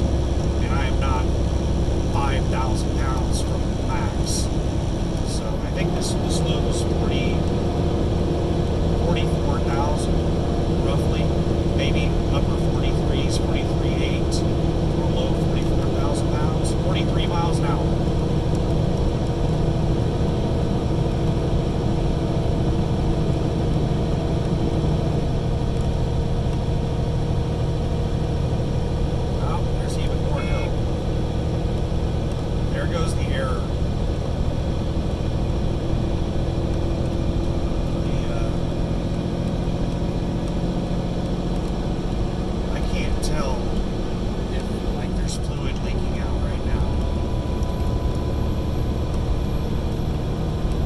Just be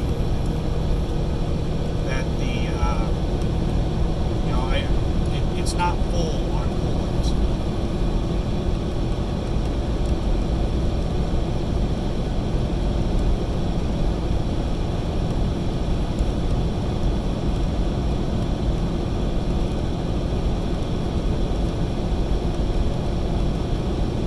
All my temperatures are good. Got the error again. Damn it.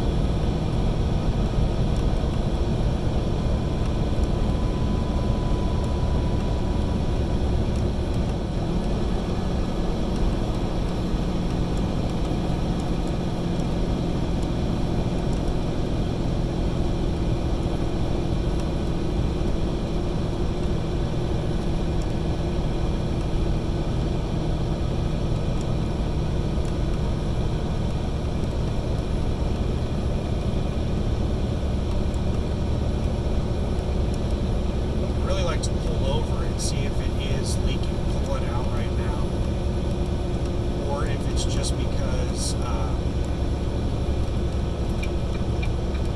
it's low on coolant.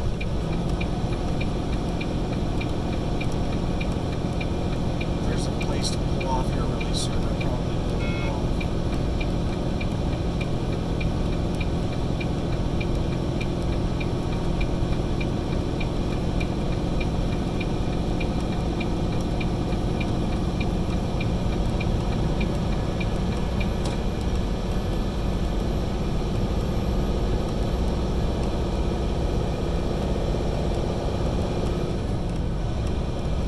It's not erroring like crazy. It's not like going,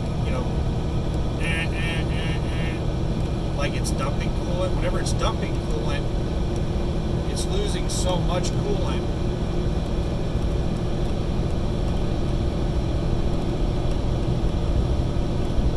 that the coolant level is getting to like a critical, and it's just erroring like crazy.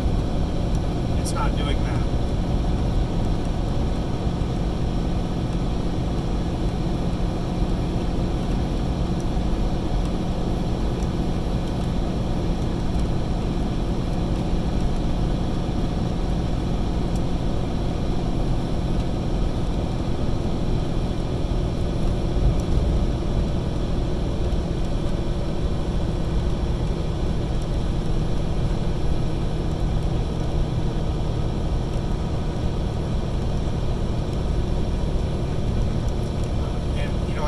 I don't know if because of this error, if it's like dropping the power.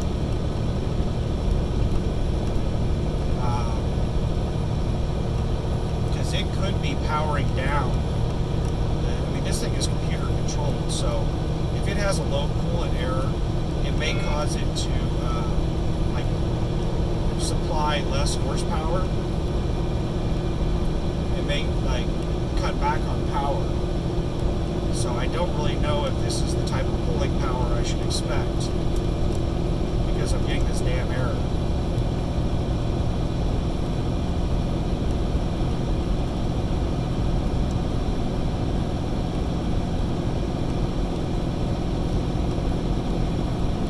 It seems like every motherfucker out here is empty but me. Either that or this thing is just it's gutless.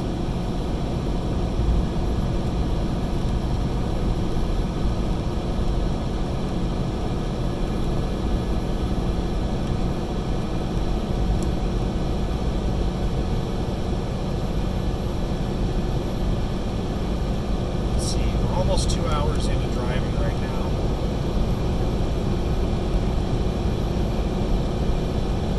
Actually, only like an hour and a half of driving.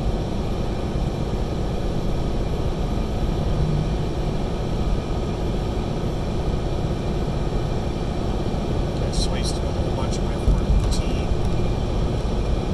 and my rest clock getting out of that Love's.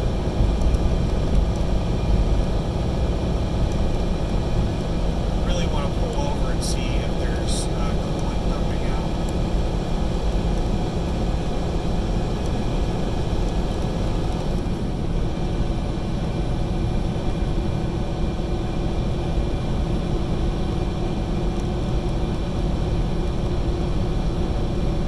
I mean, I don't have to pull over at this exact instant to see.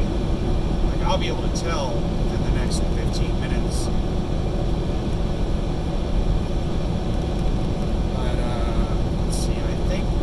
It should only be like a total of maybe 8.5 hours driving today.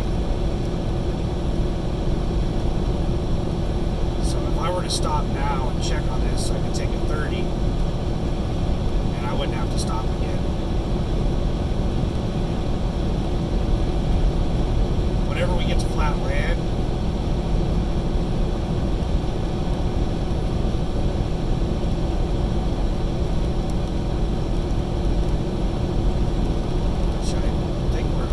either we're still going uphill or this engine is cutting back on horsepower a lot.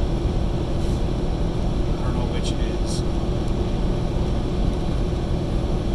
I think we're still going uphill.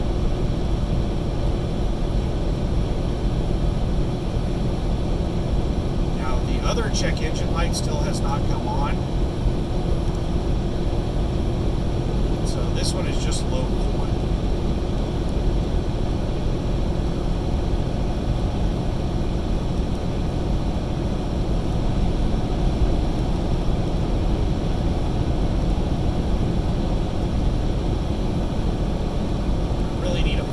Place to pull over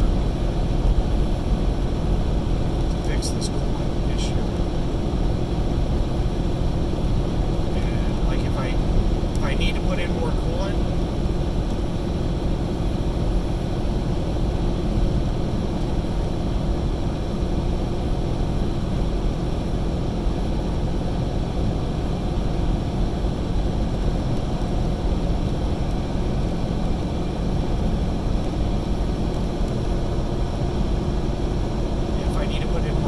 then I need to be on flat ground to do it. So I don't want to do it on like an off ramp or an on ramp. So pretty much crested the hill and the error is gone. So whenever this thing like really starts using a lot of power, I think the water pump kicks into like a higher gear or something. And there's also, maybe the water pump doesn't change. Maybe that's continuous. But as the coolant heats up, it creates more pressure. And the reservoir level gets lower. As the engine is put under stress, the reservoir level gets lower. And that's what causes that error. Now it's gone. So I think it's just a low coolant level. I know that's what the problem is. I'm just really curious as to whether or not this pressure valve is dumping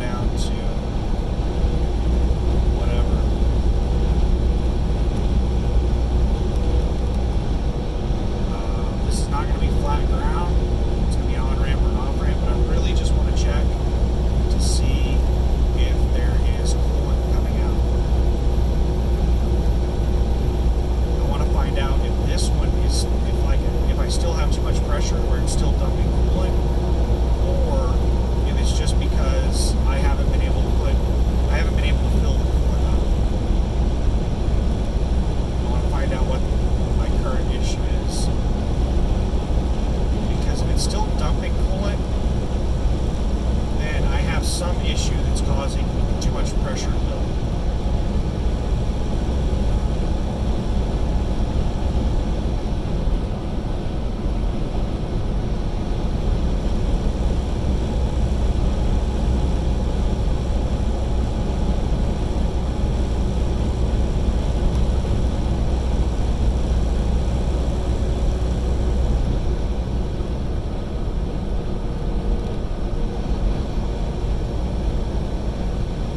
I think when that alarm went off, it cut my power back dramatically.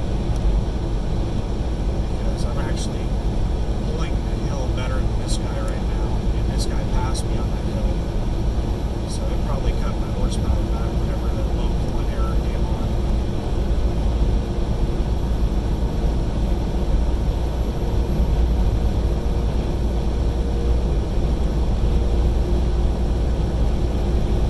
That basically means that every hill that I'm going on from here on out, I'm going to lose horsepower on. It's going to give me that error until I can stop and let this truck sit and cool off for a couple hours without the engine running.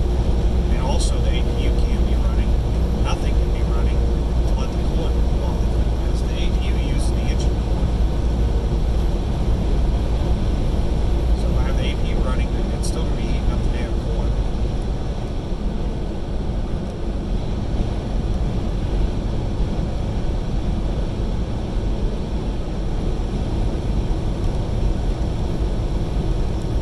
Visitor Information Center, 1 mile.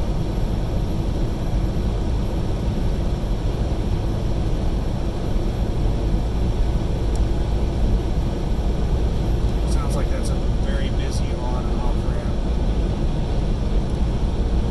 I would prefer to get one that's like that last one, the first one, but that first one was at the bottom of the hill. I don't really want to start from the bottom of the hill, so I'm glad I didn't stop there.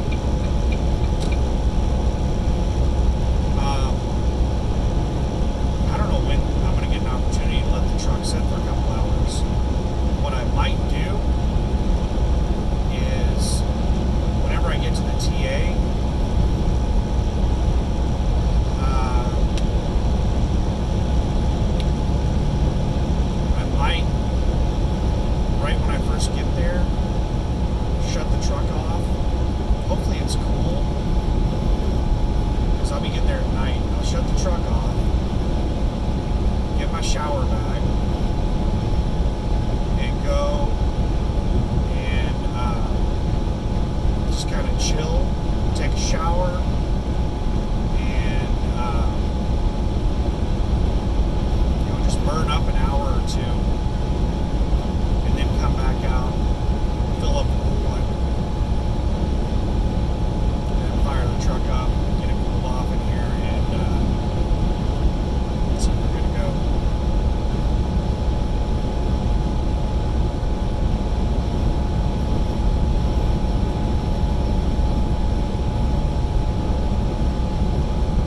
So where was I at in my story?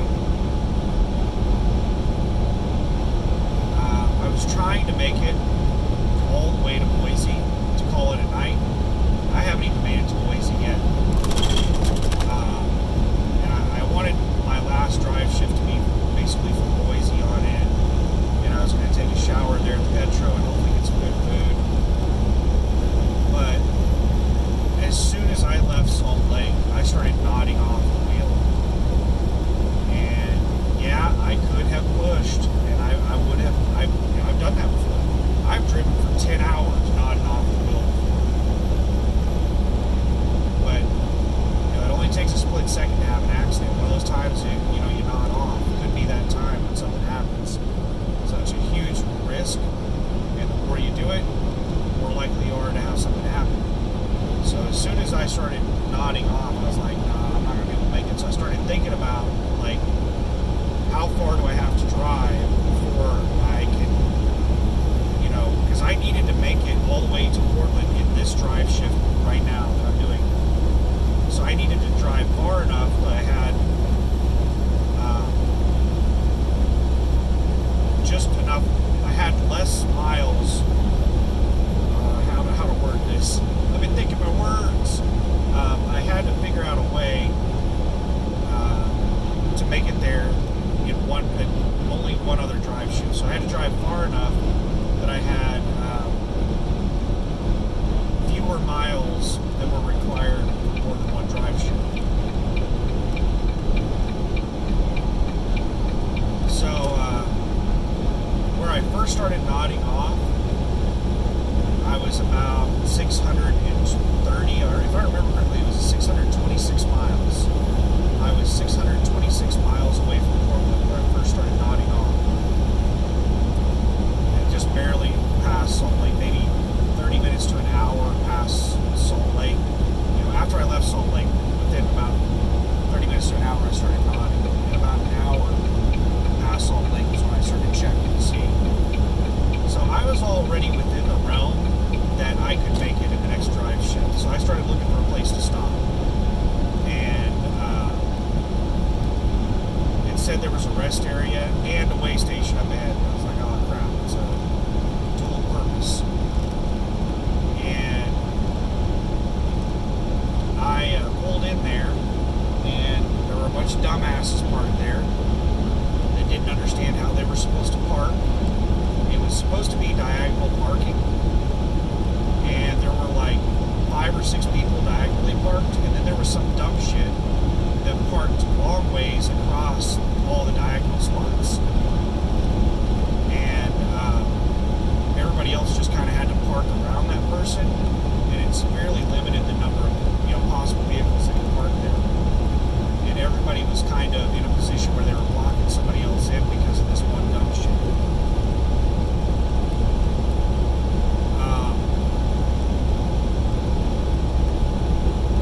So I didn't really want to deal with that because somebody would have probably been knocking on my truck at some point to wake me up to tell me that I needed to move so they could get out. So I didn't. I tried to find a place that I could park, but I would have been parking like incorrectly because everybody else was parked wrong, and I could have squeezed in a spot, but it would have been one of those creative parking spots because everybody else was creatively parked unnecessarily. So I just hopped back on and kept rolling, and I saw Love's, and it was around 4 a.m. I think. And I was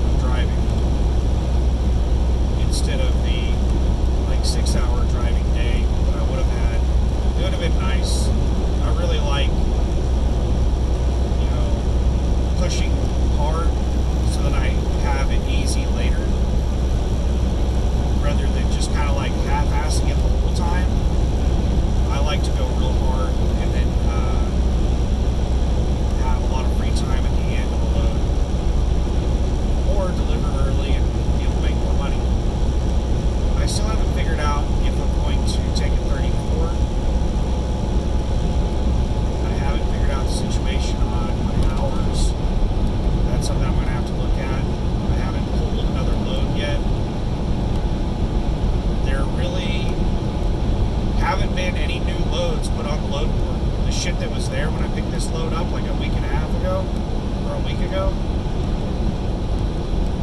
I think it was right at a week ago. I pulled this load. Monday is when I got all these loads. Or was it Tuesday of last week? It's been like a little over a week that I grabbed all these loads, right out a week. And there really hasn't been any new loads put on the load board during that time. There's just been loads disappearing. Now I can still make it out of Portland, but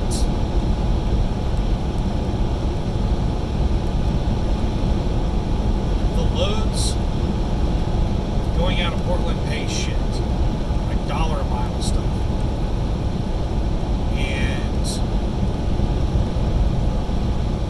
Northern California, I haven't seen very many good loads out of Northern California. They are all pretty crap, and most of them stay in California. There is occasionally a load that's decent coming out of Northern California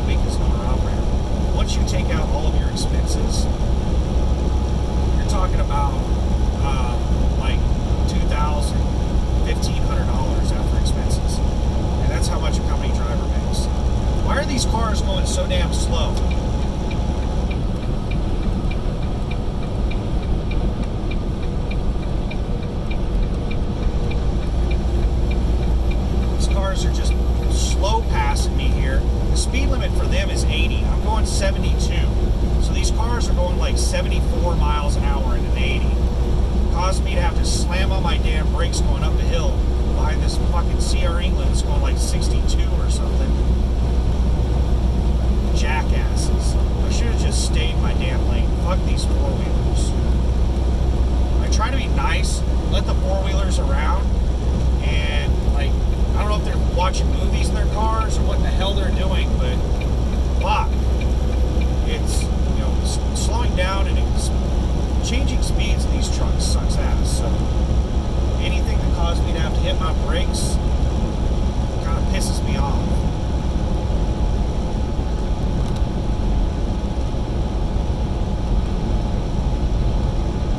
Yeah, I got a big truck, one of those old school trucks hauling bales of hay behind me. He's going to be wanting to get around me in a minute.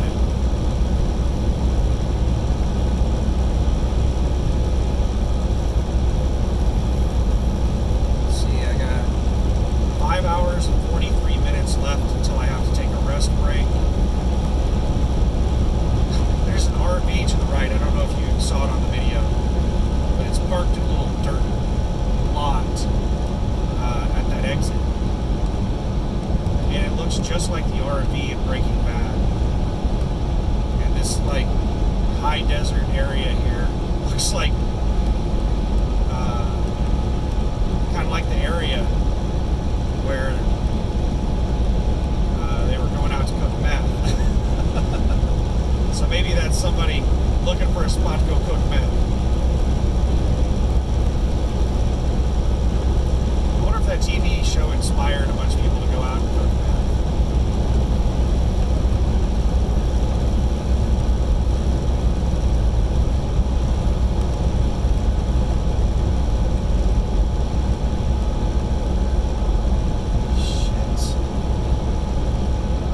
On slower vehicles, and I got this hay hauler coming up hard on me, and I have a bunch of four-wheelers coming up. These four-wheelers see me looking out my window and they're speeding up, so I can't move over before they get here. That SUV right there sped up, has U.S. government plates.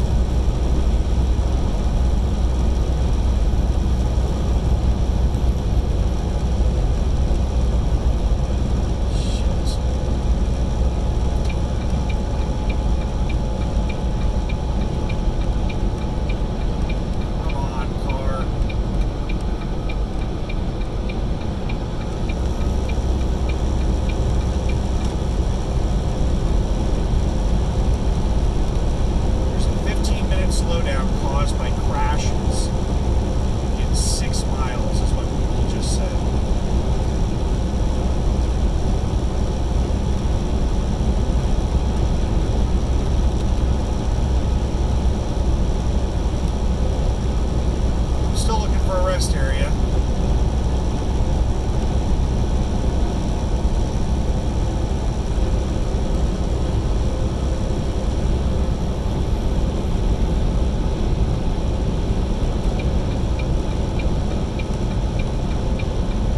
Yeah, it looks like that hay hauler can't pull a hill worth a damn, because I pulled away from him going up that really slight grade. I'm really thinking that looks like a good place to stop. At Sinclair has Boise Stage Stop. I think that's the name of that gas station. Trucks or whatever. Feed and Fuel. Boise Stage Stop. Feed and Fuel.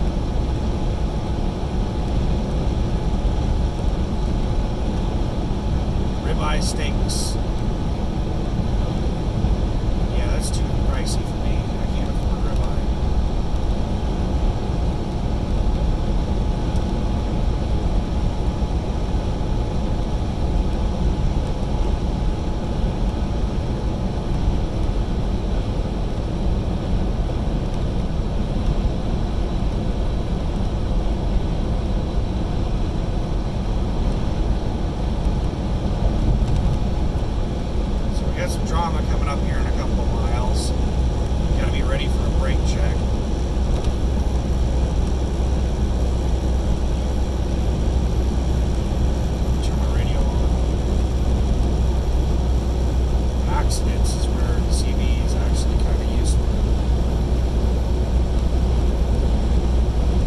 thing about there's not a whole lot of traffic out here on the road. Well, actually, there is a decent amount of traffic.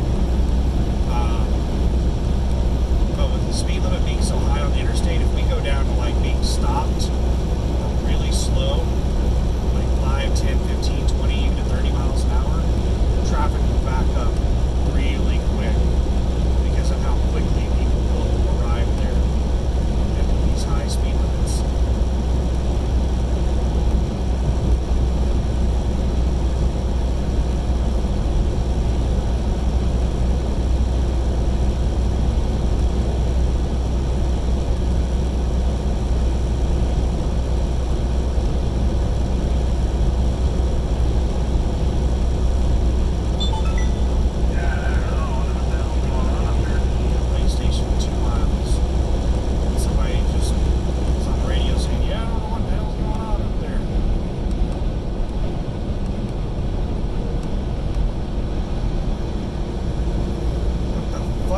Four-wheelers doing? These four-wheelers just fucking hitting their brakes. Everybody's hitting their damn brakes. Why are you hitting your brakes and pinning me in right here? Stupid jackasses.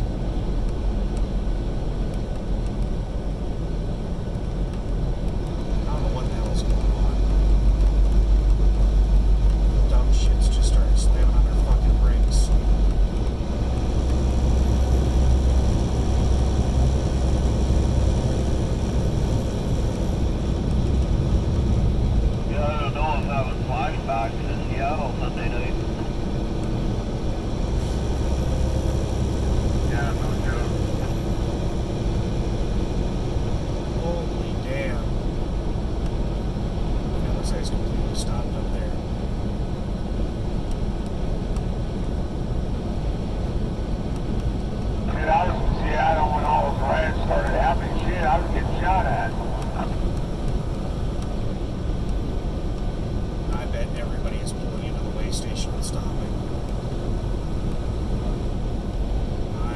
Station's closed. Looks like there's plenty of parking there. I got to bypass because it's closed.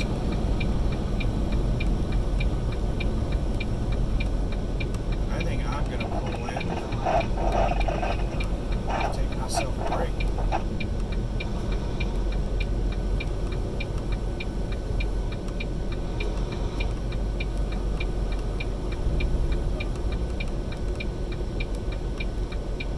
Sit out here in this shit.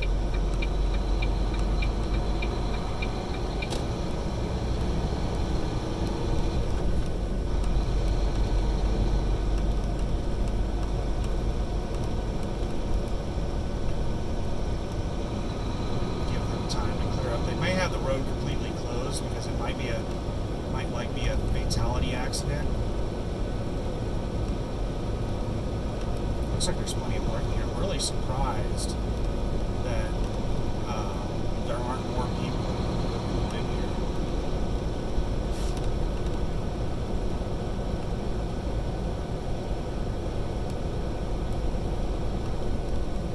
Up 10 miles an hour.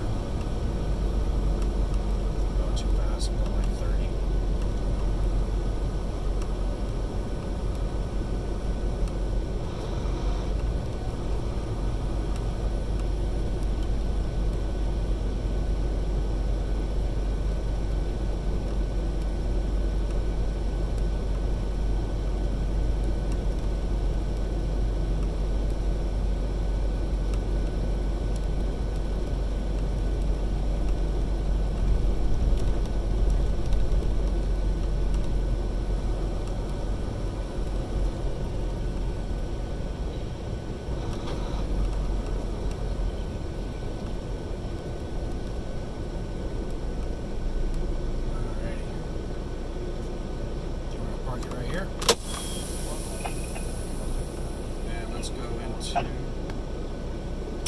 Off-duty status, and I want to check out the port situation.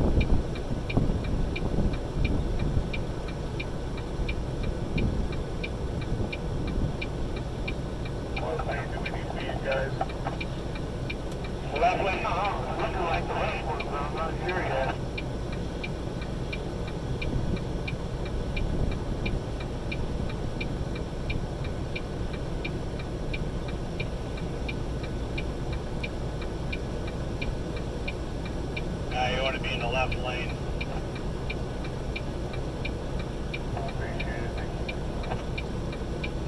This is all just because of the road construction up here. Cars.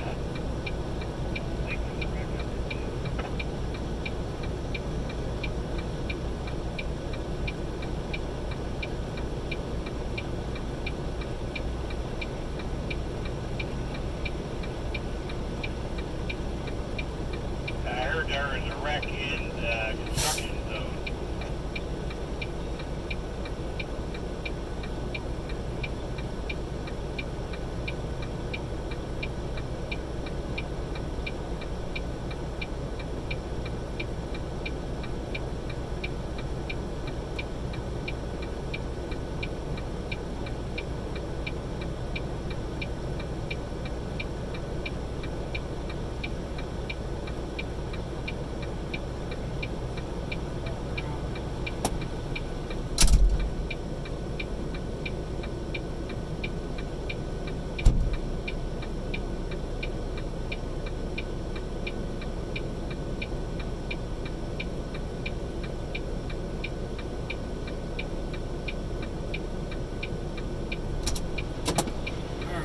Back in. I don't know why in the hell almost no one pulled in here.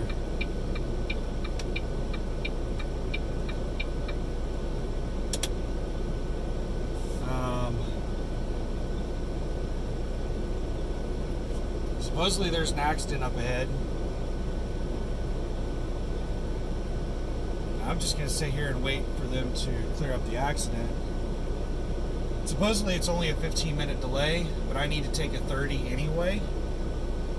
And I wanted to check and see if the coolant was leaking.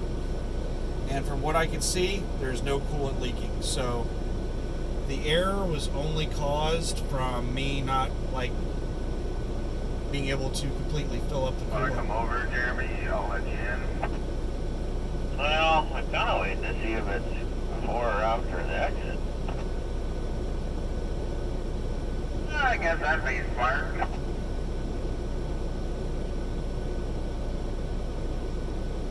Can't quite tell what's going on. Guess if it's not, you can stop and let me up there. We'll have both lanes covered. Yeah, there you go. I think there are two cattle haulers. Hey, up out of eastbound. What's going on ahead of us here? I think those two cattle haulers are the ones that were just talking on the CB. One's in the left lane, one's in the right lane. And they're, Got a wreck up here, guys.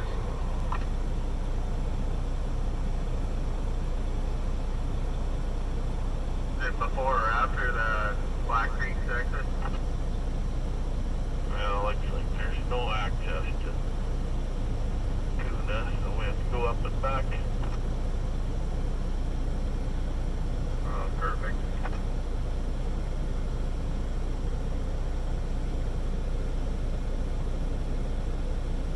traffic just came to a complete stop. It's not even moving right now. Let's see if they start inching forward here in a second. I can't believe more people didn't pull over into here. It's just me and two other trucks, and those two trucks are probably camping out here for the night. The traffic is, yeah, I'm looking at that extra truck up there, and he has not moved since I said traffic came to a stop.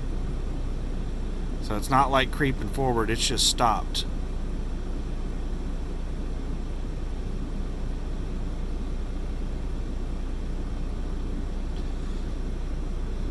Hopefully it's not a fatality accident. They're inching forward a little bit. But it's not like traffic's moving, it's like it just came to a complete stop. And everybody's just kind of like trying to close off all the free space in between them so nobody can get in front of them. That's what it looks like is going on. Because that extra truck just moved forward like 3 feet. And that's it. that left lane is just creeping forward a little bit. It looks like everybody's just closing up space right now. Like, traffic appears to be completely stopped, and they're just closing off space.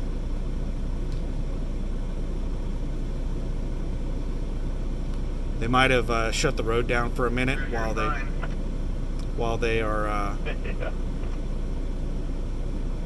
like pulling a vehicle out of the road or something. So I might be here more than 30 minutes. I think I'm on the edge of Boise.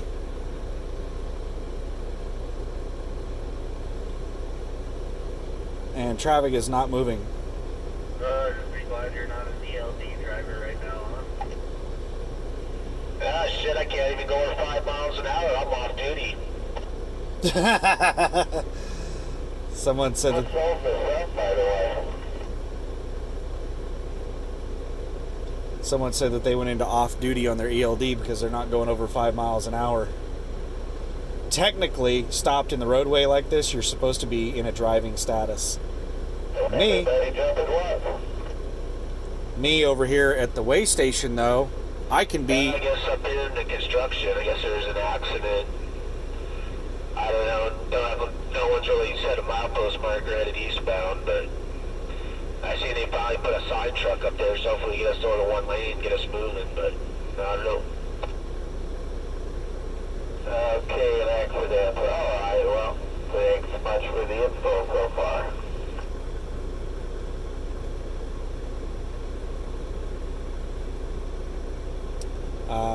Sorry, I was listening to the CB.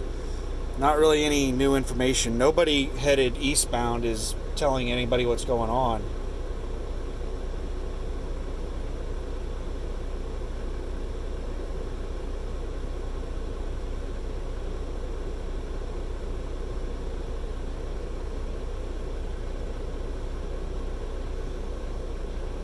Well, at least this might help out on the traffic going to Boise once you actually get going.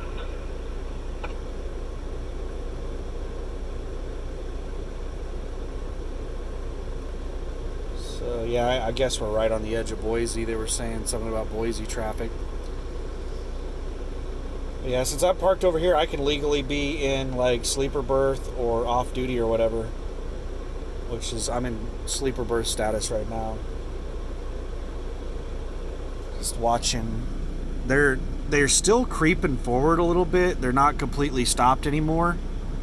But, like, they've only moved, like, maybe 1 or 2 truck lengths since they completely stopped a few minutes ago. So they may still just be closing off gaps.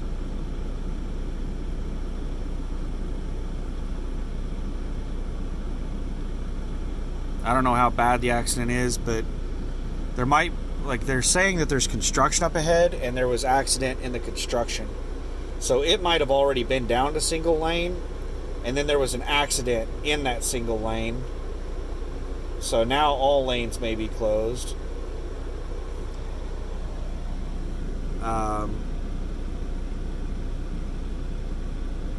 Yeah, this sucks. I'm gonna go bust out my computer and try to make the best of this break. What this may do to me is, you know what I might do is I might do a sleeper split. I'm still a long ways away. It's 5 p.m. and I wasn't planning on getting there until like 11 p.m. So I've still got like 6 hours of driving. Thank you there, buddy. I appreciate that. Not a problem. But I might just do a sleeper split, like take 8 hours off duty right now.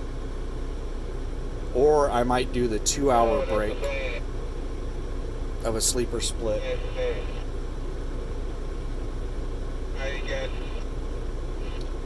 The only thing that sucks is that I kind of need to do a post trip.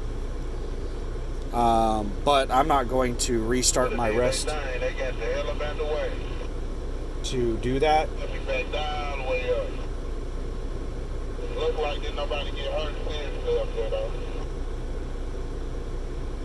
Well, if no one's hurt, they need to push that shit off the road and get us going.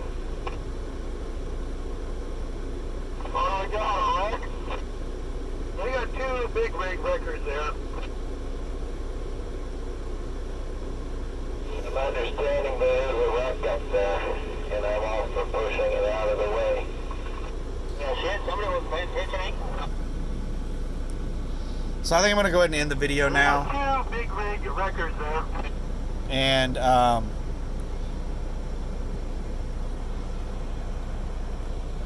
got a big truck nosedived off the right side of the road ahead of you, and it looks like another car off the road, too. so Never a dull moment. okay, so it sounds like there's a big truck and a four-wheeler that both ran off the road, and they're going to have to pull the big truck out of the Yeah, ditch. there's a big rig off the road here, just right past the 65. So in order for them to pull that truck Sure, out, I'm at the 66, so we're like a mile away. But yeah, they must have closed the freeway because we're at a dead halt now. We're not even moving. yeah, in order for them to pull a truck out of the median like that, they We have got a couple of wreckers up there picking up the pieces out of heavy moving zone. they'll have to like block the whole road off to pull the truck back out into the road and then get it onto a wrecker and pull it out. They basically will probably like have 2 of the tow trucks winch it out, but they'll have to block off the whole damn road to do that, and that could take a while. But somebody said that they're just picking up the pieces, so they may have already pulled the truck out of the ditch and they're just picking up the pieces out of the road right now, and they're about to open it up. I don't know. I'm going to go play on the computer and try to decide whether this is going to be a 30-minute break, a 2-hour break, or an 8-hour break. I'm in the sleeper berth right now, and Thank you guys, I appreciate the heads up. this can either be my 30 Oh man, it's a terrible rig up there. or a 2-hour or an 8-hour. They're getting them up out the way though, it ain't too bad, it won't be too long, guys.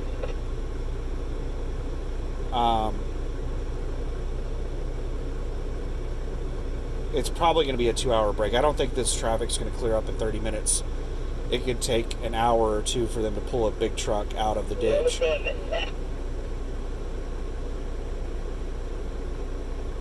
Yeah, it looks like the accident just happened not too long ago, because traffic is just like, it's backing up a long ways right now, and we were only a mile right now. I think we're only a mile from the accident, so traffic just completely stopped recently, and I think that's the reason traffic is inching forward right now, is because the accident just happened recently.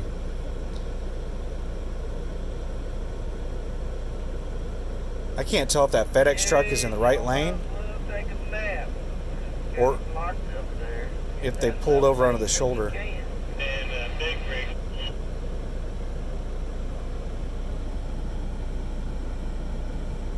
Looks like people are moving over in the left lane, like maybe the left lane is open, the right lane is closed up ahead.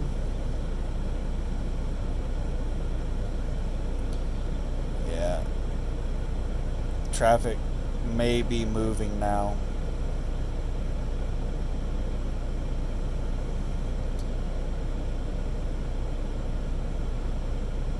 You're still the left lane? Yeah, left lane, but if you stop at the scale house, you gotta wait. They got just one truck off on the side of it. They're going to run under this ditch. You got a wrecker on it. They gonna be a while.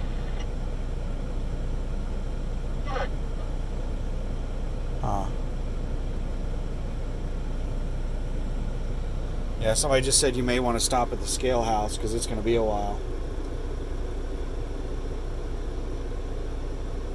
It looks like traffic's moving though.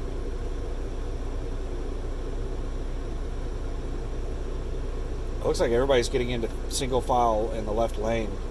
So something has to be up here telling people to move over in the left lane. So anyway, I'm going to end the video there, and I'm going to get in the back and start looking for loads and, figure out what I'm going to do. This is either going to be a 30-minute break, a 2-hour break, or an 8-hour break, and I'll figure it out later. Thanks for watching. Bye.